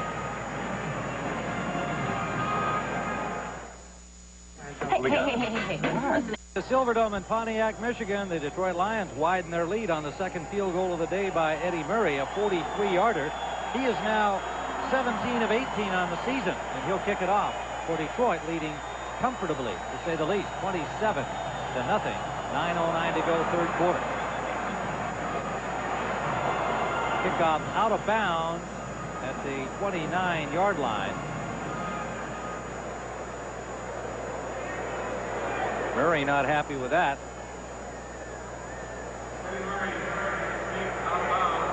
Bob Galliano, who hurt his left elbow on that sack his last play on the field, apparently all right. Talking with Rodney Peete.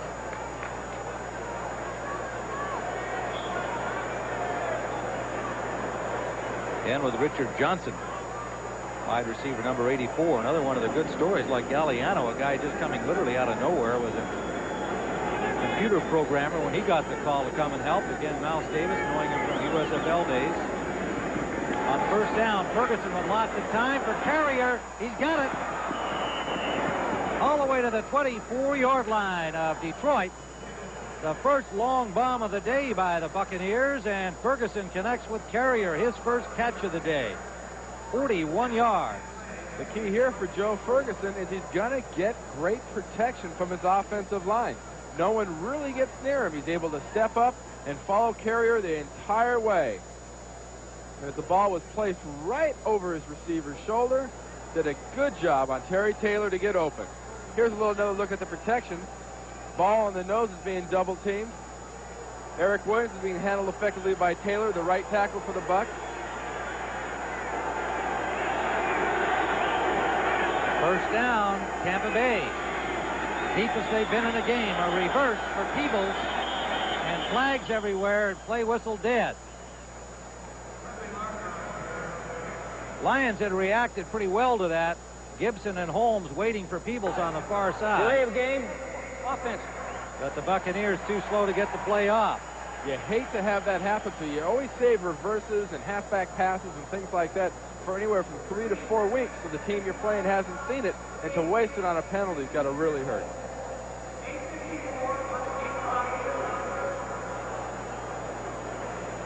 So an unhappy Ray Perkins saying, you know, nothing is going right for us here. Testaverde out of the game. The starting guard Cooper is down. Sean Lee was out for play, got back in defensively. We're down 27-0. Ferguson, and it is incomplete. Intended for Peebles. The ball hung up a little bit, enabling the Detroit defenders to break it up. For an NFL update, well, let's not go right now. We'll take. So a penalty on the play against Tampa Bay here. And the ball pushed back to the 41-yard line. Well, it was on James Wilder, and Wilder got ran over by Michael Kofor, number 55. And it's one of those cases where the guy's coming right at you, you lose your balance, you fall straight over backwards, and to the referee or the linesman on the other side, they figure you've got to be holding.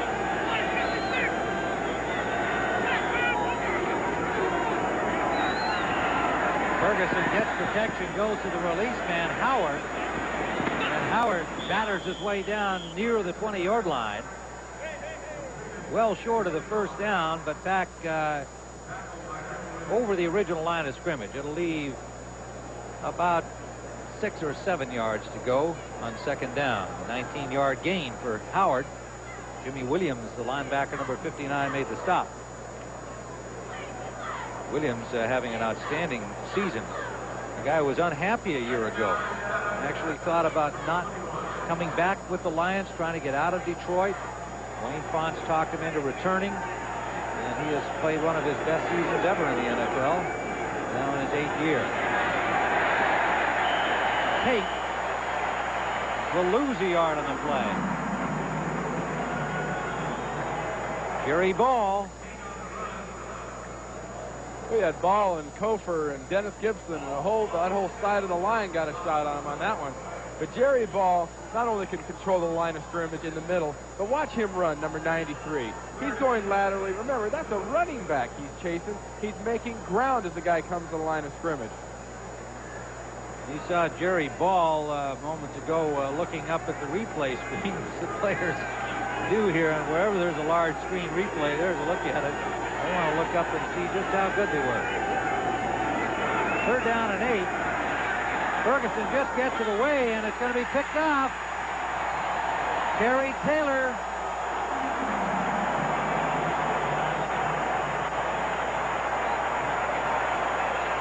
Ferguson, it appeared, was hit just as he delivered the ball by an on-rushing Detroit lineman. Might have been Kevin Brooks. And Taylor had a wounded duck coming right into his lap. Well, Ferguson means to zip this, but watch about the last 20% of his release right at the end as Brooks hits him. Right here, he distracts his throwing motion by grabbing his left shoulder. He can't follow through, and the thing wobbles in the air, and Taylor's got an easy time of picking that one off. Danny Peebles, the intended receiver, but bad luck for Joe Ferguson, and the Lions have the ball at their 2.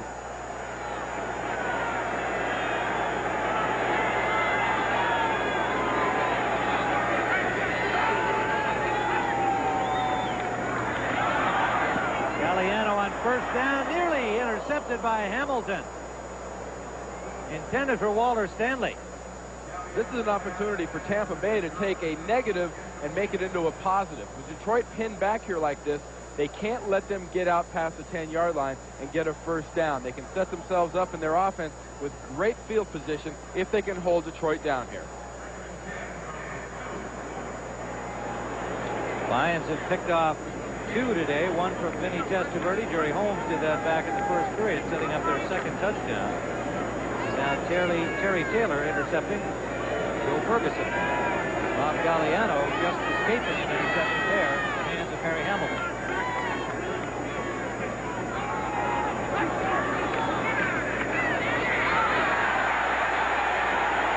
Sanders, and that'll do it for Barry Sanders. Has just broken the rookie rushing mark held by Billy Sims. There's Wayne Fonts with Billy on the sideline.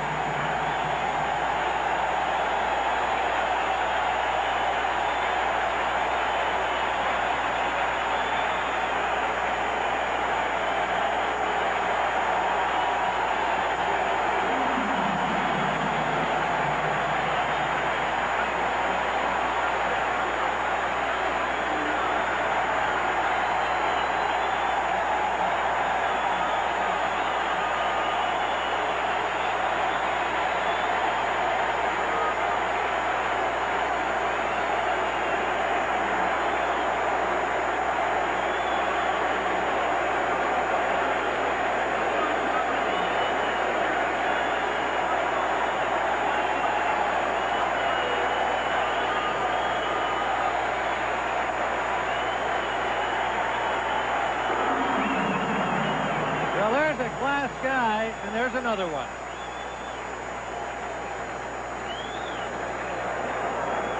First down play by Sanders, overlooked with the rushing record broken. Got him backed up. The Bucs defense it well. They could have had Lee could have had him in the backfield, but Barry Sanders bounces it outside for his yards gained.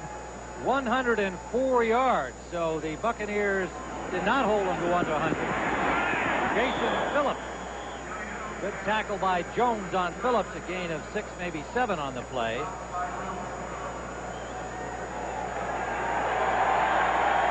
Billy Sims enjoying this moment. Now watch how many times he moves around. He gets the ball. He darts to his right. He darts again. He goes left. He's got those feet and those legs churning the entire time. Tampa Bay, once again, did not defend that poorly. They are just not containing his speed on the outside.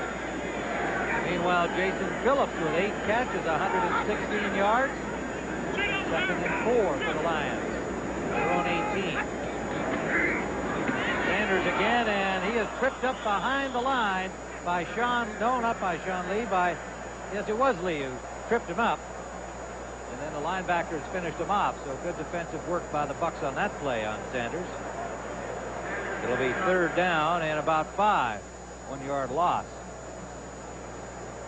Now, the Buccaneers were not applauding the record-breaking effort by Sanders, and a lot of photographers and local camera crews went out onto the field with Billy Sims. I'm not sure that was appreciated by the Buccaneers and Ray Perkins, but the play was held up while Sims congratulated Barry Sanders. 3rd and 6. This has been working all day long. Jason Phillips to the 30-yard line. Richard Johnson, pardon me, the receiver this time. Same play, different guy. What they're doing is they're bringing that slot receiver in motion. You saw Johnson go. They cross the other guys and drag him across, and there's no one picking up the guy that's been in motion, and this time it was Johnson. The last 4 or 5 times that play has worked, it's been Phillips. But the responsibility, the guy that comes in motion with that wide receiver has got to stay with him. He cannot drop off and assume a linebacker is going to pick him up. Ricky Reynolds was the man who finally got him. Roderick Thomas in as a pass rusher in some early motion. 3 flags were thrown. Cannon jumped across number 78.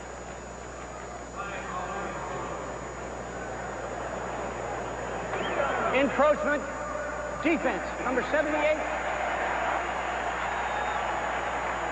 Cannon, the guilty party. Green Bay now 27-21 as the Bears come back a little. In Cleveland, ahead of Minnesota 7-3.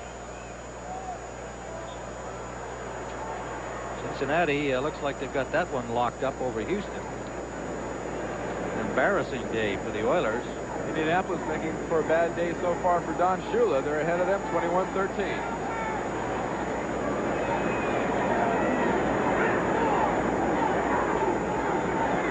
1st and 5, Lions at their own 35.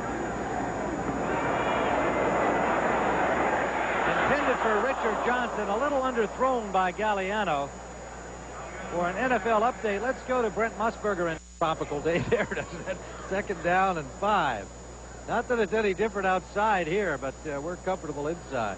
Well, Bob Galliano obviously disappointed with himself for missing Phillips in that last play, but he would never have gotten a chance to get that off if Kevin Glover hadn't picked up a safety blitz as effectively as he did. 2nd and 5 for the Lions.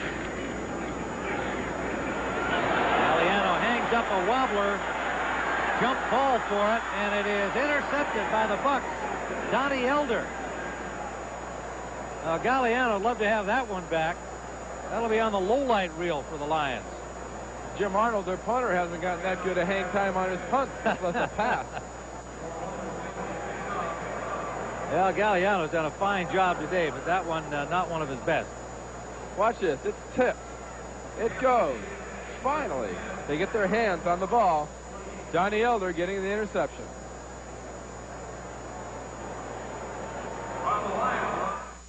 Timmy Testaverde in the black sweater there in the background, now out on the Tampa Bay sideline with an injured ankle. And just watching Joe Ferguson try to salvage something here. For Vinny, it may be just as well that he's out of this one, the way it's been going for the Buccaneers. 1st down at their 27-yard line. Ferguson on target to the tight end Hall. An immediate hit on him from Terry Taylor. A 7-yard pickup for Tampa Bay. That's the kind of play defensive backs love to get. They get a receiver who's looking back at the quarterback, concentrating on the ball, and Terry Taylor right there got a chance to unload on Hall. And it's against a guy that's a lot bigger than him, too.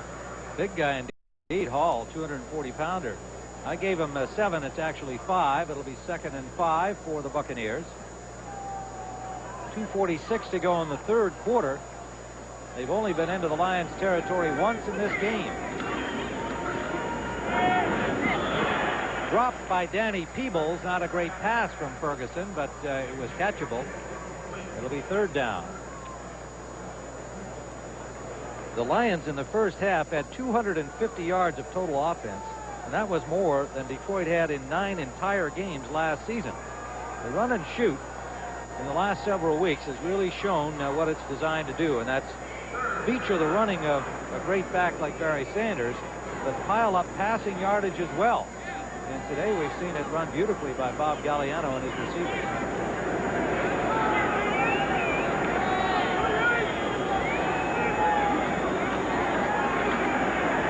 Ferguson is batted down by Jimmy Williams. Number 59 was blocked by Bruin, who got a hand up, swatted the ball away, and Tampa Bay will have to punt. You don't have to get into a quarterback's body or pull him to the ground to make an offensive pass rush. Watch Williams, 59, coming from the left side. Good block by Wilder, 32 there, but he jumps up and completely blocks not only the ball, but Joe Ferguson's field of vision.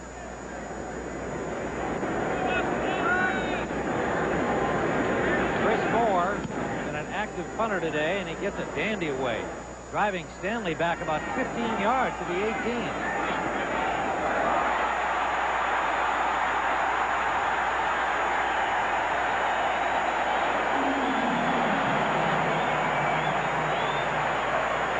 Seven-yard punt brought back 32 by the league's best punt returner, Walter Stanley, all the way to the 50. Well, how many times do you hear it? When a punter nails a long punt, it gives the returner a chance to go. Watch his jump coming up here. He just hurdles right there and just keeps on going. Nice run. You see Nico Noga, 51, trying to block for him. Stanley just kind of pushes him out of the way and says, I'm going for the goal line. Get out of my way. That was Sam Ono, a usually reliable tackler, that he hurdled back there. And a happy Walter Stanley set that punt return title as his target, and he's on target. Christmas Day here on CBS. Our winter sports special will feature the World Junior Figure Skating Championship, World Cup skiing activities as well. On first down from midfield, Galliano out to Jason Phillips. Phillips gets about 5. Roderick Thomas hauls him down there. Now, following the winter sports special at 3:30 on Christmas Day, and following our winter sports special. So we talked about Walter Stanley leading the NFL in punt returns. Normally you'd assume a guy like that's going to go to the Pro Bowl. With the competition at wide receiver this year, there's a chance he may not get to go. They'll put another wide receiver who's played a lot in that slot.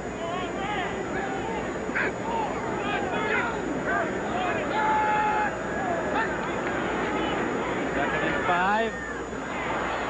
Jason Phillips driven back. Dropped back near the 50-yard line. Took a hit and thought he could escape and turn upfield. He was wrong. Bobby Futrell with a pop on him. This is the same play we've seen work half a dozen times. They drag the slot guy across. Look, his gyro's a little messed up. Which way do I go? Am I going this goal line or am I going to that goal line? That's where balance can be a negative. A normal person get hit like that, they would have fallen down and only lost 5 yards. Well, it's also your point earlier about there is still a disadvantage to being a smaller, not as strong wide receiver. These guys have proven that they can make this run and shoot work. So it's 3rd down and 10 back at the original line of scrimmage. Out to Ford, one of the bigger receivers, and good defensive reaction by Jones. Stopping him in the open field, a little if any gain. So the Lions will have to punt. Well, they tried to make that quick screen work to the wide receiver, got the lineman out in front, but Ford wasn't able to execute it.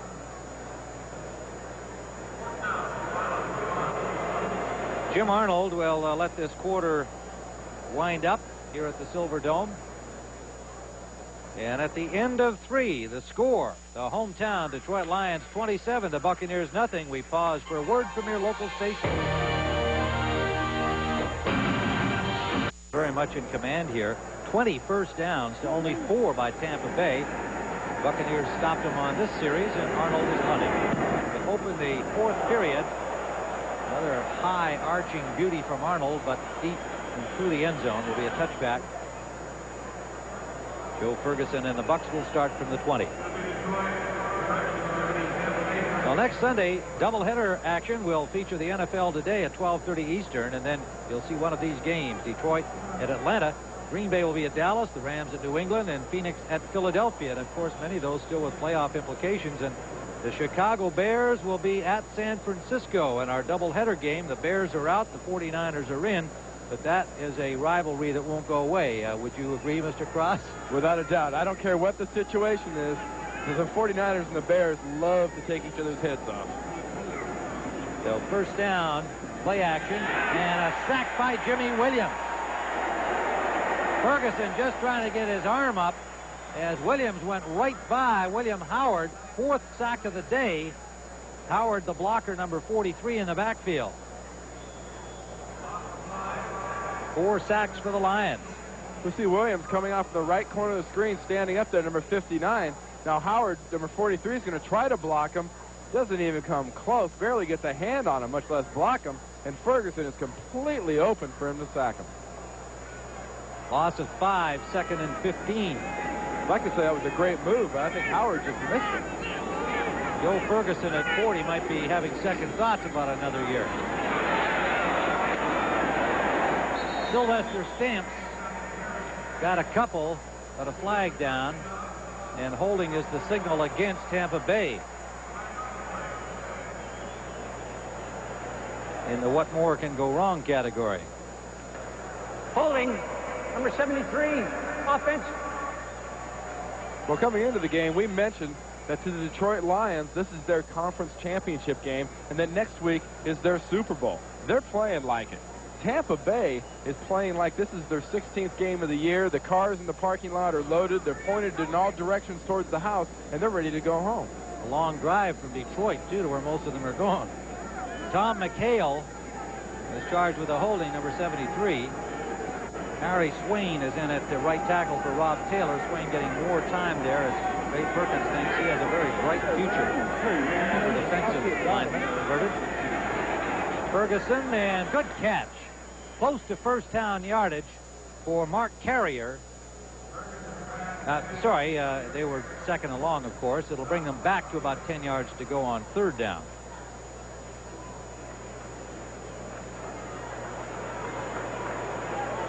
Well, the East Division in the AFC, the key situation here, Miami trailing Indianapolis 28-13 at this point in that game. Buffalo, a struggling team in recent weeks.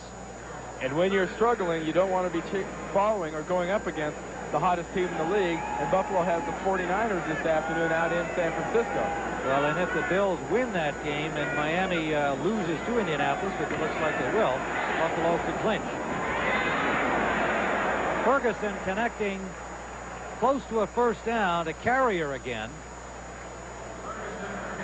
But it'll be 4th down, about a yard short, so they will have to punt. Moore comes in.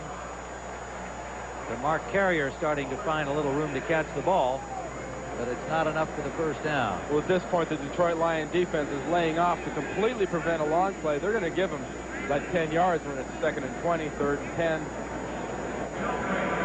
Mel Gray getting a chance to return one now for the Detroit Lions, waiting for it at the 30-yard line, and a good punt by the rookie Moore.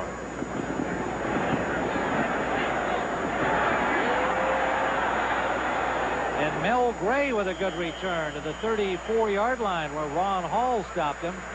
We'll be back at the Silverdome with flags on the field in a moment. They may just decline that one. Well, if it had to have been fair caught as far back as it was, you'd think they'd Mills will man down the take field. it. Declined. First down. But with that good return, you don't want to nullify that return. It's at the 34-yard line of Detroit, and that's where Bob Galliano and company will begin when we return to the Silverdome.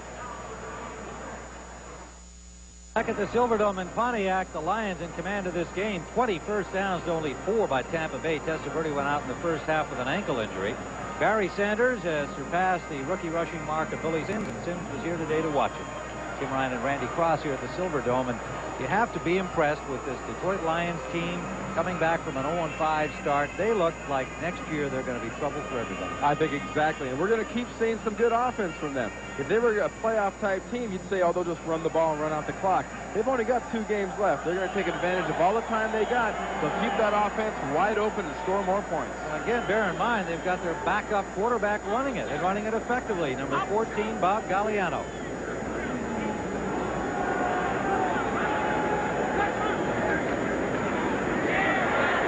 Inside handoff to Sanders, well played by the Buccaneers.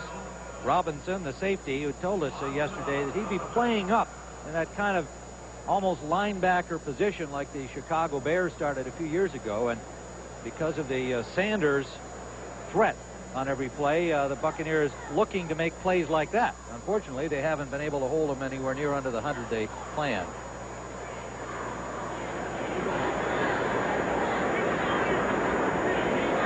Second down and 9.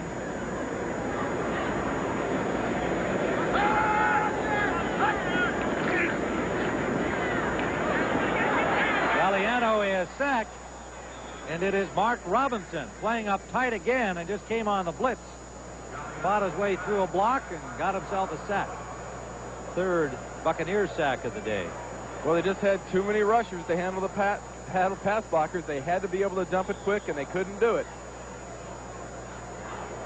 Let's go back and look at the thrills of Barry Sanders here with Billy Sims looking on from deep in their own end. He makes a good first down run and breaks that Lions rookie rushing record. Murphy loses contain. He gets the outside, and when the linebacker doesn't get contained, the running back's going to run wild like that.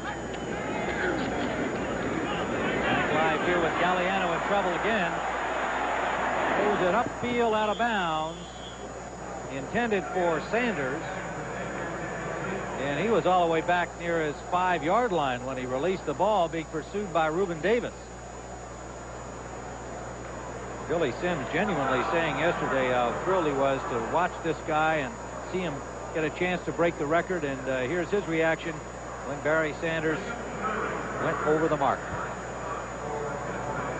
People talk about how important records are, especially to professional athletes. But with a class gentleman like Billy Sims, he's got to be the first one to go out there and congratulate Barry Sanders, gets the handoff there from the official, and congratulates the new record holder. Willie Drury back for the punt from the 30-yard line. Scrambles close to the 40 of Tampa Bay. So with 10:44 remaining in regulation time, we'll be back after this timeout and another look at the great Wayne Fonts may wind up at least with some of the duties of GM. On first down, Ferguson going for it all, but overthrows everybody. Carrier, the intended receiver. And for another NFL update, let's go to Brent in New York. Wire Brent in a big game for both teams. We'll keep track of that for you throughout the day here. In the NFL on CBS. Second and 10. Ferguson, deep sideline, and that is complete to Bruce Hill. Was he inbounds? Yes. Well, let's see. No, didn't hang on to the ball. Right at the sideline trying to stay inbounds. So it'll be 3rd and 10. Well, stay with us today, as we indicated. We'll not only keep track of that Minnesota-Cleveland game for you, but after the game on the NFL Today post-game show. 3rd and 10. Ferguson, and incomplete. And who's diving back trying for the intercept? Nose tackle, 300-pound plus Jerry Ball. Wouldn't that have been something if he had picked that off, Randy? They would have blown a hole in the Silverdome roof. That's right. Look at him right there. I should have had it. It was right there. If I wouldn't have had these dumb gloves on, I'd have had it, and the fans love it. He's a great player and a fun guy. Loves to play this game. I have never seen anybody his size with a move like he does. Moore, another fine punt. Mel Gray.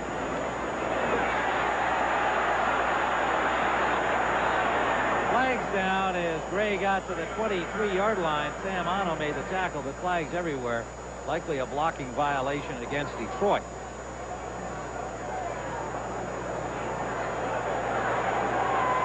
Appeared to be a little push in the back on that return. Either that or a little illegal use of hands.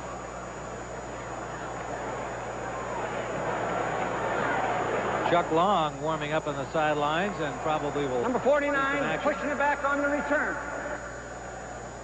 That's Tony Page charged with the push in the back. And we'll be back at the Silverdome. 10:08 to play regulation time. 27-0 Lions.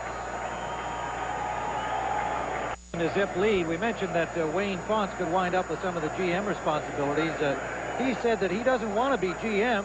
He wouldn't turn it down if William Clay Ford insisted or offered it to him. He said, how could I say no? But he really has more specific things in mind. Well, he'd like control of the football operations. If it has to do with the draft, it got to do with trade.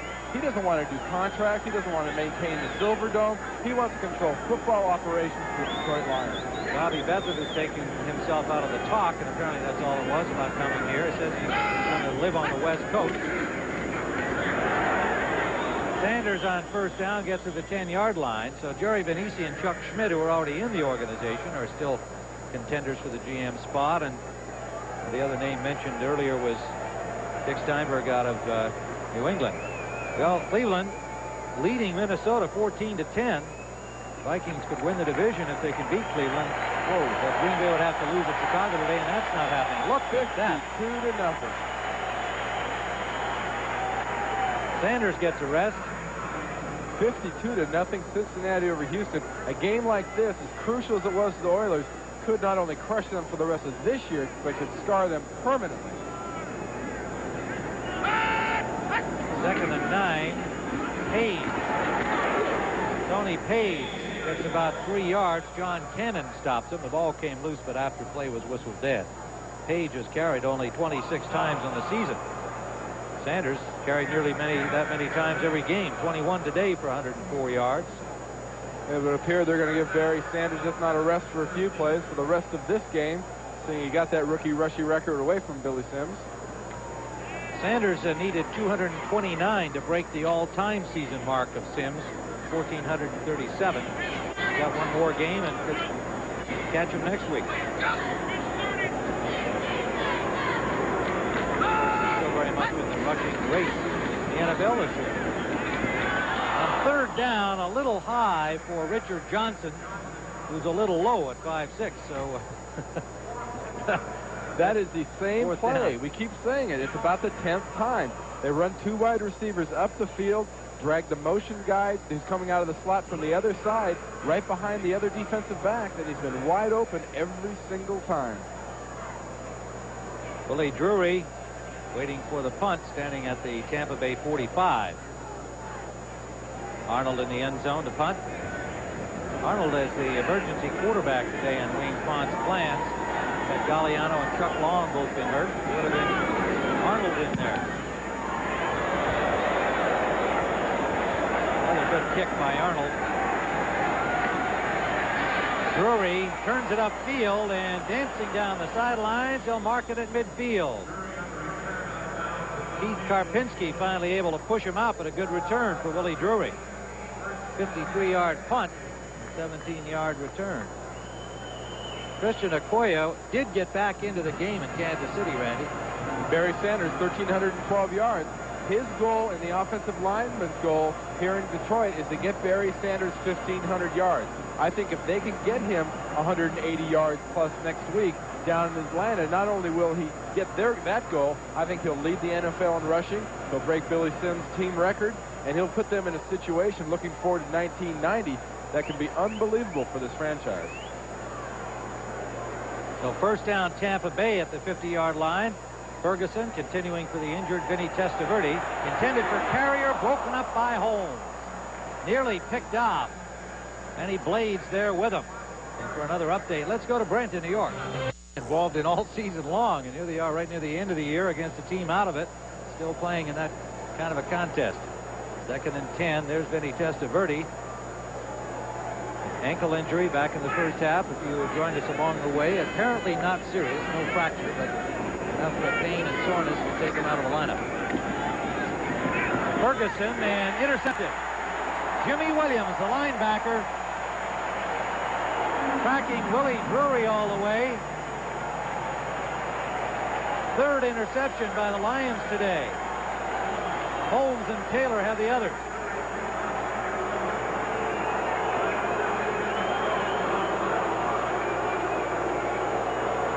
Jimmy Williams is out in the right-hand slot, and he tracks Drury the entire way. And when Ferguson tries to get the ball to him, he should have never thrown this pass. Williams is there all the time. Well, the fans are speaking again. Those bougie here are greeting Chuck Long coming onto the field. He's getting some playing time and getting encouragement from his teammates. The fans here did not greet him kindly, and that's primarily because back on Thanksgiving Day, he was scheduled to start against Cleveland. He said to Coach Wayne Fonts he wanted to have a whole game. He didn't want to be yanked because he hasn't played in the system enough. So Fonts went with Galliano that day. Lions won it. Fans didn't forget. Tony Page picks up 4. First down to the 29. From Long's standpoint, he's always been a drop-back passer. At Iowa, he was a drop-back passer. He said when Mouse Davis and the run and shoot came in here, I kind of wondered, where do I fit in? I had to completely change all my mechanics. I had to learn a new way to drop back from the center, a new way to throw the ball on the run. He said he hadn't thrown the ball on the run since he was in high school. Well, I think the consensus seems to be that Long will wind up somewhere else next year, and I don't think that Chuck himself would be too unhappy about that. Although the Lions say they're not intending to trade him, but their Rodney Peete and Bob Galliano seem so well suited to this style of quarterback. Long connects on his first pass. Jason Phillips. Get only a couple of yards, however, as Futrell and Ricky Reynolds were there to meet him. Well, Chuck Long can throw the ball as a quality NFL passer. There's no doubt about that. He can stand back in a pocket, and he can chuck that ball. What he needs to do is probably go somewhere else. And he's one of the few players Detroit has that has any real value of trade material. Billy Sims and Barry Sanders, a pair of 20s, only one of them still in uniform, but what a lot of thrills they provided football fans, especially here in Detroit. They have the feeling that Sanders will be doing it for a long time to come. Well, there's a lot of tradition in Detroit with that number 20. Lem Barney wore it, then Billy Sims, and now Barry Sanders. Measurement, and apparently Phillips got enough for the first down. So the Lions keep the football going here with another first down at the 35-yard line. 6:55 remaining in regulation time. Jason Phillips, 11 catches today, 121 yards. A rookie from the University of Houston, who played there with Andre Ware, understands the run and shoot.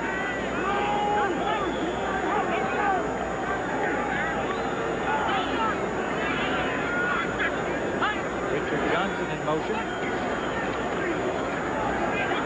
Cut long for Ford. Great catch.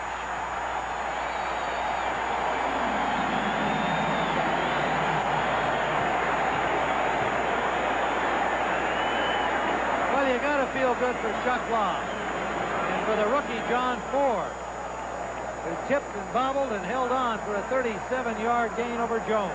And now they're cheering here in the Silver Dome. But watch the concentration on the part of Ford. Rod Jones, number 22, does a good job. Looks like he's going to break it up, but Ford never takes his eyes off the ball, catches it 3 or 4 different times and losing it every time, but then finally holds on to it for a great catch. And the Lions down in Tampa Bay territory again inside the 30. Tony Page gets close to 5. Here's a fine team player, Tony Page, completely in the shadow of Barry Sanders. And prior to Sanders' arrival, had been primarily a blocking back for the other running backs here. A special teams guy, a great attitude player. Very respected by his teammates and his coaching staff. 5:16 to go here in the fourth, and the Lions threatening again. Tampa Bay has not been shut out since September of 1983. Well, that's the last, the last shutout by the Lions. Tampa Bay's last shutout was in December of 1985.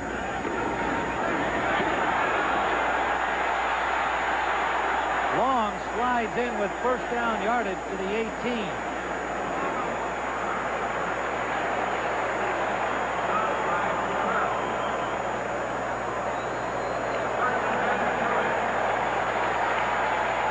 Bay clinging to that 2-point lead. Minnesota, if they beat Cleveland, could only have won with a Green Bay loss at, well, if Minnesota can win the division today with a win over Cleveland or a Green Bay loss at Chicago, but Green Bay leading the Bears. Pittsburgh hanging in. Indianapolis hurting Miami's chances, 42-13. First down, Lions inside the 20 of Tampa Bay. Page met by 3 Bucks on the corner. Winston Moss, number 58, first man there. Tony Page is not quite the speed threat on the outside that Barry Sanders is on that option play. Donald Igwe hasn't had a chance to do anything today. He's that towel's been around his neck for an awful lot. You know, Tony Page, we were talking to him yesterday in the locker room. Great, good-natured guy, as you're saying. He's been a great team player. Took a lot of ribbing yesterday. You know, Saturday practices aren't real hard.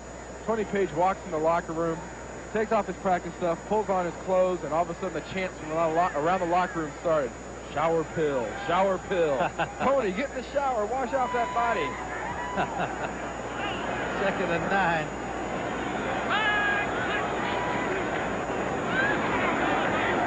Chuck Long going deep to the corner, intended for Robert Clark. Tight coverage by Rod Jones, incomplete. Yeah, the Lions are loose and having fun, having won 3 games in a row.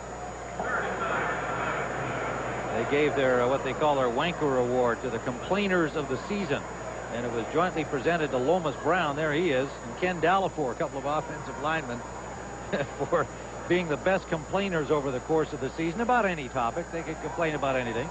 Folks were keeping score. We shouldn't make too much light of that. That's taken very seriously among the Detroit Lions. 3rd and 9.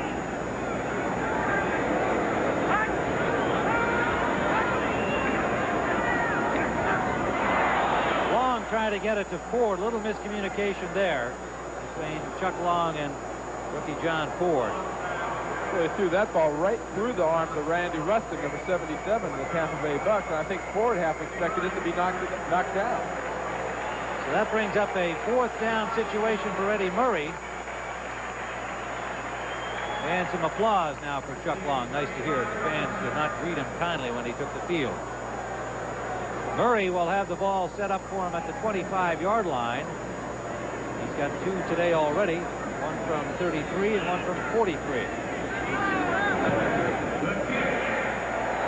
now one from 35. He's missed only 1 time all season long, and a streak of 18 in a row. Trying for the mark of Mark Mosley at the time, and missed 1. And that record eventually went to Kevin Butler. And you see Murray applauding all of the blockers who kept out the enemy troops. So following our football, Ray Perkins cannot be happy with this game today, even though he knows he lost his young quarterback Vinny Testaverde early. When Vinny was in, they weren't doing anything. Well, this is a game I think Ray Perkins came into thinking we've got a legitimate chance to win this. We're playing against another young, aggressive, up-and-coming team, and what probably disappoints him the most is the way his team has sort of folded in at times and given up to these Detroit Lions. That's the one thing Ray Perkins will not tolerate. Murray's kickoff comes down at the 16. Donnie Elder has it there. The 26, and the flags fly again. Well, the teams came in at 5 and 9 with 3rd place in this NFC Central somewhat at stake, and with the Bears losing to Green Bay last report, Detroit now does have a real shot at 3rd Number place. 86 on the return, first down. But Tim, what really struck me in speaking to these 2 teams was the difference in the 5 and 9 attitude. Ray Perkins in Tampa Bay had the attitude of gee, we'd like to win these 2 games. We're doing okay. We're at 5-9. Chicago loses. We can get in a tie or get up above them, finish in 3rd place. It works out better for them next year when it comes time to come scheduling. But when you get to a team like Detroit, like I said, this is their conference championship game. Next week is the Super Bowl to them. They are so upbeat. They're talking about hurting and beating as many people as they can these next 2 weeks, and they can't wait until 1990. I don't think the same thing could be said for the Tampa Bay Buccaneers. Detroit finishes their season at Atlanta next week on Christmas Eve. I wouldn't want to be the Falcons to finish up against this team next week. James Wilder, close to first down yardage by the great veteran James Wilder. There's a guy with absolutely no quit in him. Jerry Holmes and Penny Blades will stop on him.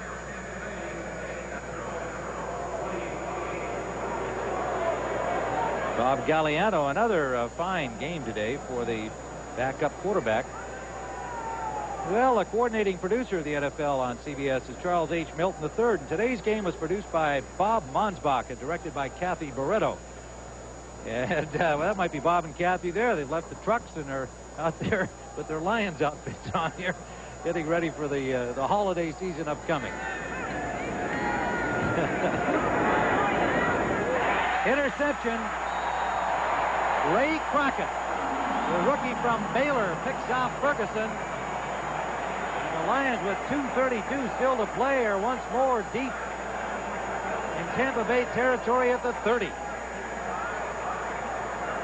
There's that youthful enthusiasm on the part of this team. Crockett enjoying the intercept. And Ferguson lets this thing go, but it's not his fault. I mean, he throws that ball. It's being delivered just fine, but the receiver never turned around, and Crockett was right there to take advantage of it. First pickoff of the season for the rookie.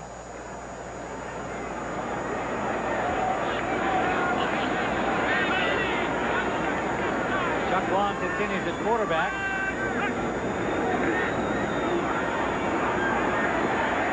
Intended for Robert Clark, broken up by Ricky Reynolds, number 29.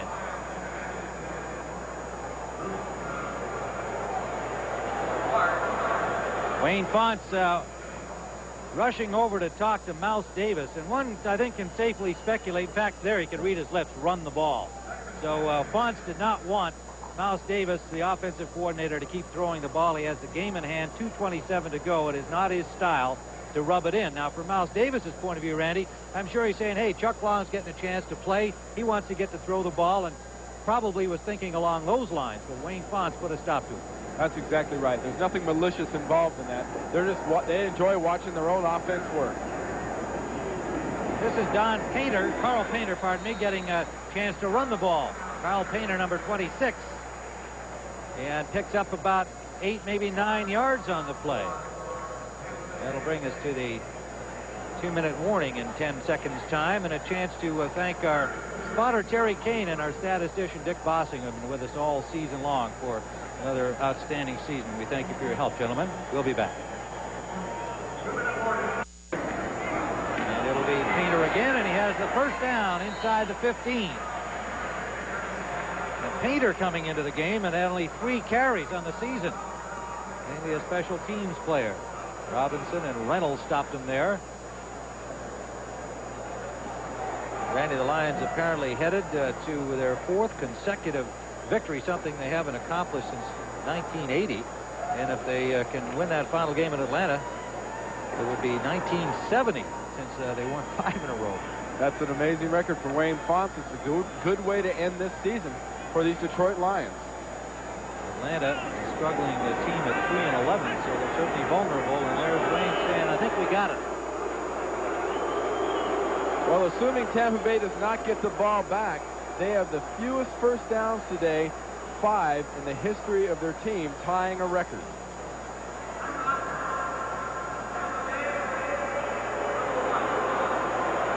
And the Buccaneers did take a timeout. Chuck Long over to talk to Wayne Fonts. And of course, with all of these playoff possibilities still alive today, and some developments this afternoon that have have changed the picture slightly, some which didn't change anything at all, and some unbelievable scores like Cincinnati's big 52-zip lead the last we saw over Houston.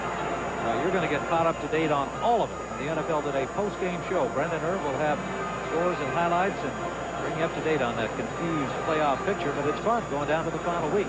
They'll also talk live with New York Giants head coach Bill Parcells. Well, Green Bay on top of the Bears, 37-28. Keep their playoff hopes alive. There's that unbelievable Cincinnati score at home. Pittsburgh still alive, beating New England. Indianapolis hurting the Dolphins' chances, 42-13. San Diego on top of Kansas City. The Chiefs still had a playoff hope. Murray will attempt a field goal here, which will give him 4 on the day. They'll spot it at the 26-yard line with the clock ticking down. And it's good. A 36-yard field goal by Eddie Murray. 4 field goals on the day, 33-0. Detroit over Tampa Bay. Now, do you suppose, Randy, speculate here, did that timeout bother the Lions? I think when Perkins called that timeout for Tampa Bay to stop the clock when they were obviously trying to run out the clock, that was just sort of a don't do that from Wayne Fonts when he ran his field goal team on there and kicked that last field goal.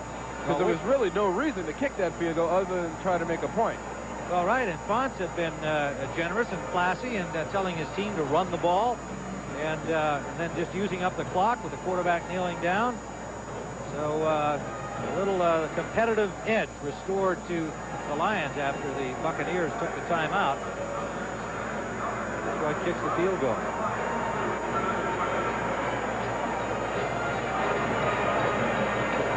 So clock stopped with 20 seconds still to play.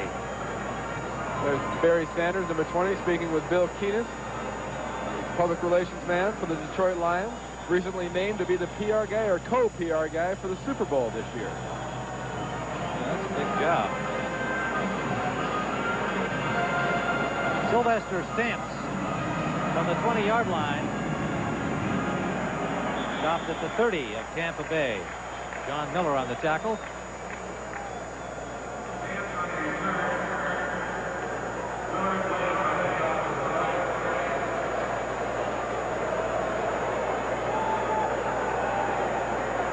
Well, the Detroit Lions will be 6-9 in a few seconds' time. Tampa Bay will fall to 5-10, and the Lions can catch Chicago. And if you look at Chicago against the 49ers and Detroit against it at Atlanta, there's a real good chance Detroit will finish in 3rd place and Chicago will slip all the way to 4th. Isn't that amazing? A Lions team that was 0-5 and laughed at early in the season. Well, this is what you call your basic prevent defense here. They were back 9 miles, but Mark Carrier with some nice running might break the shutout, and he does. Touchdown, Mark Carrier, as the zeros come up on the final play of the game.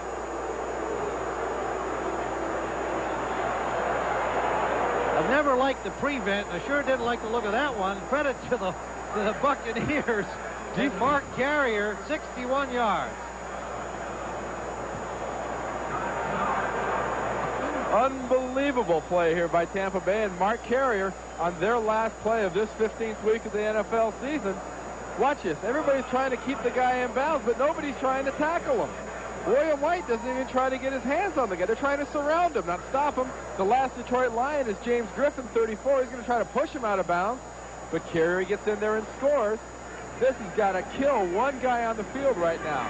Woody Widenhoff, the defensive coordinator for the Detroit Lions. Igwe Wike gets the point after the time had expired, so the Bucs prevent a shutout, but that's all. Far too little, too late. And the Detroit Lions have won 4 in a row. So for Randy Cross, this is Tim Ryan saying so long from the Pontiac Silverdome. The final score, Detroit 33, Tampa Bay 7. You've been watching CBS Sports coverage of the National Football League. Stay tuned for the NFL Today post.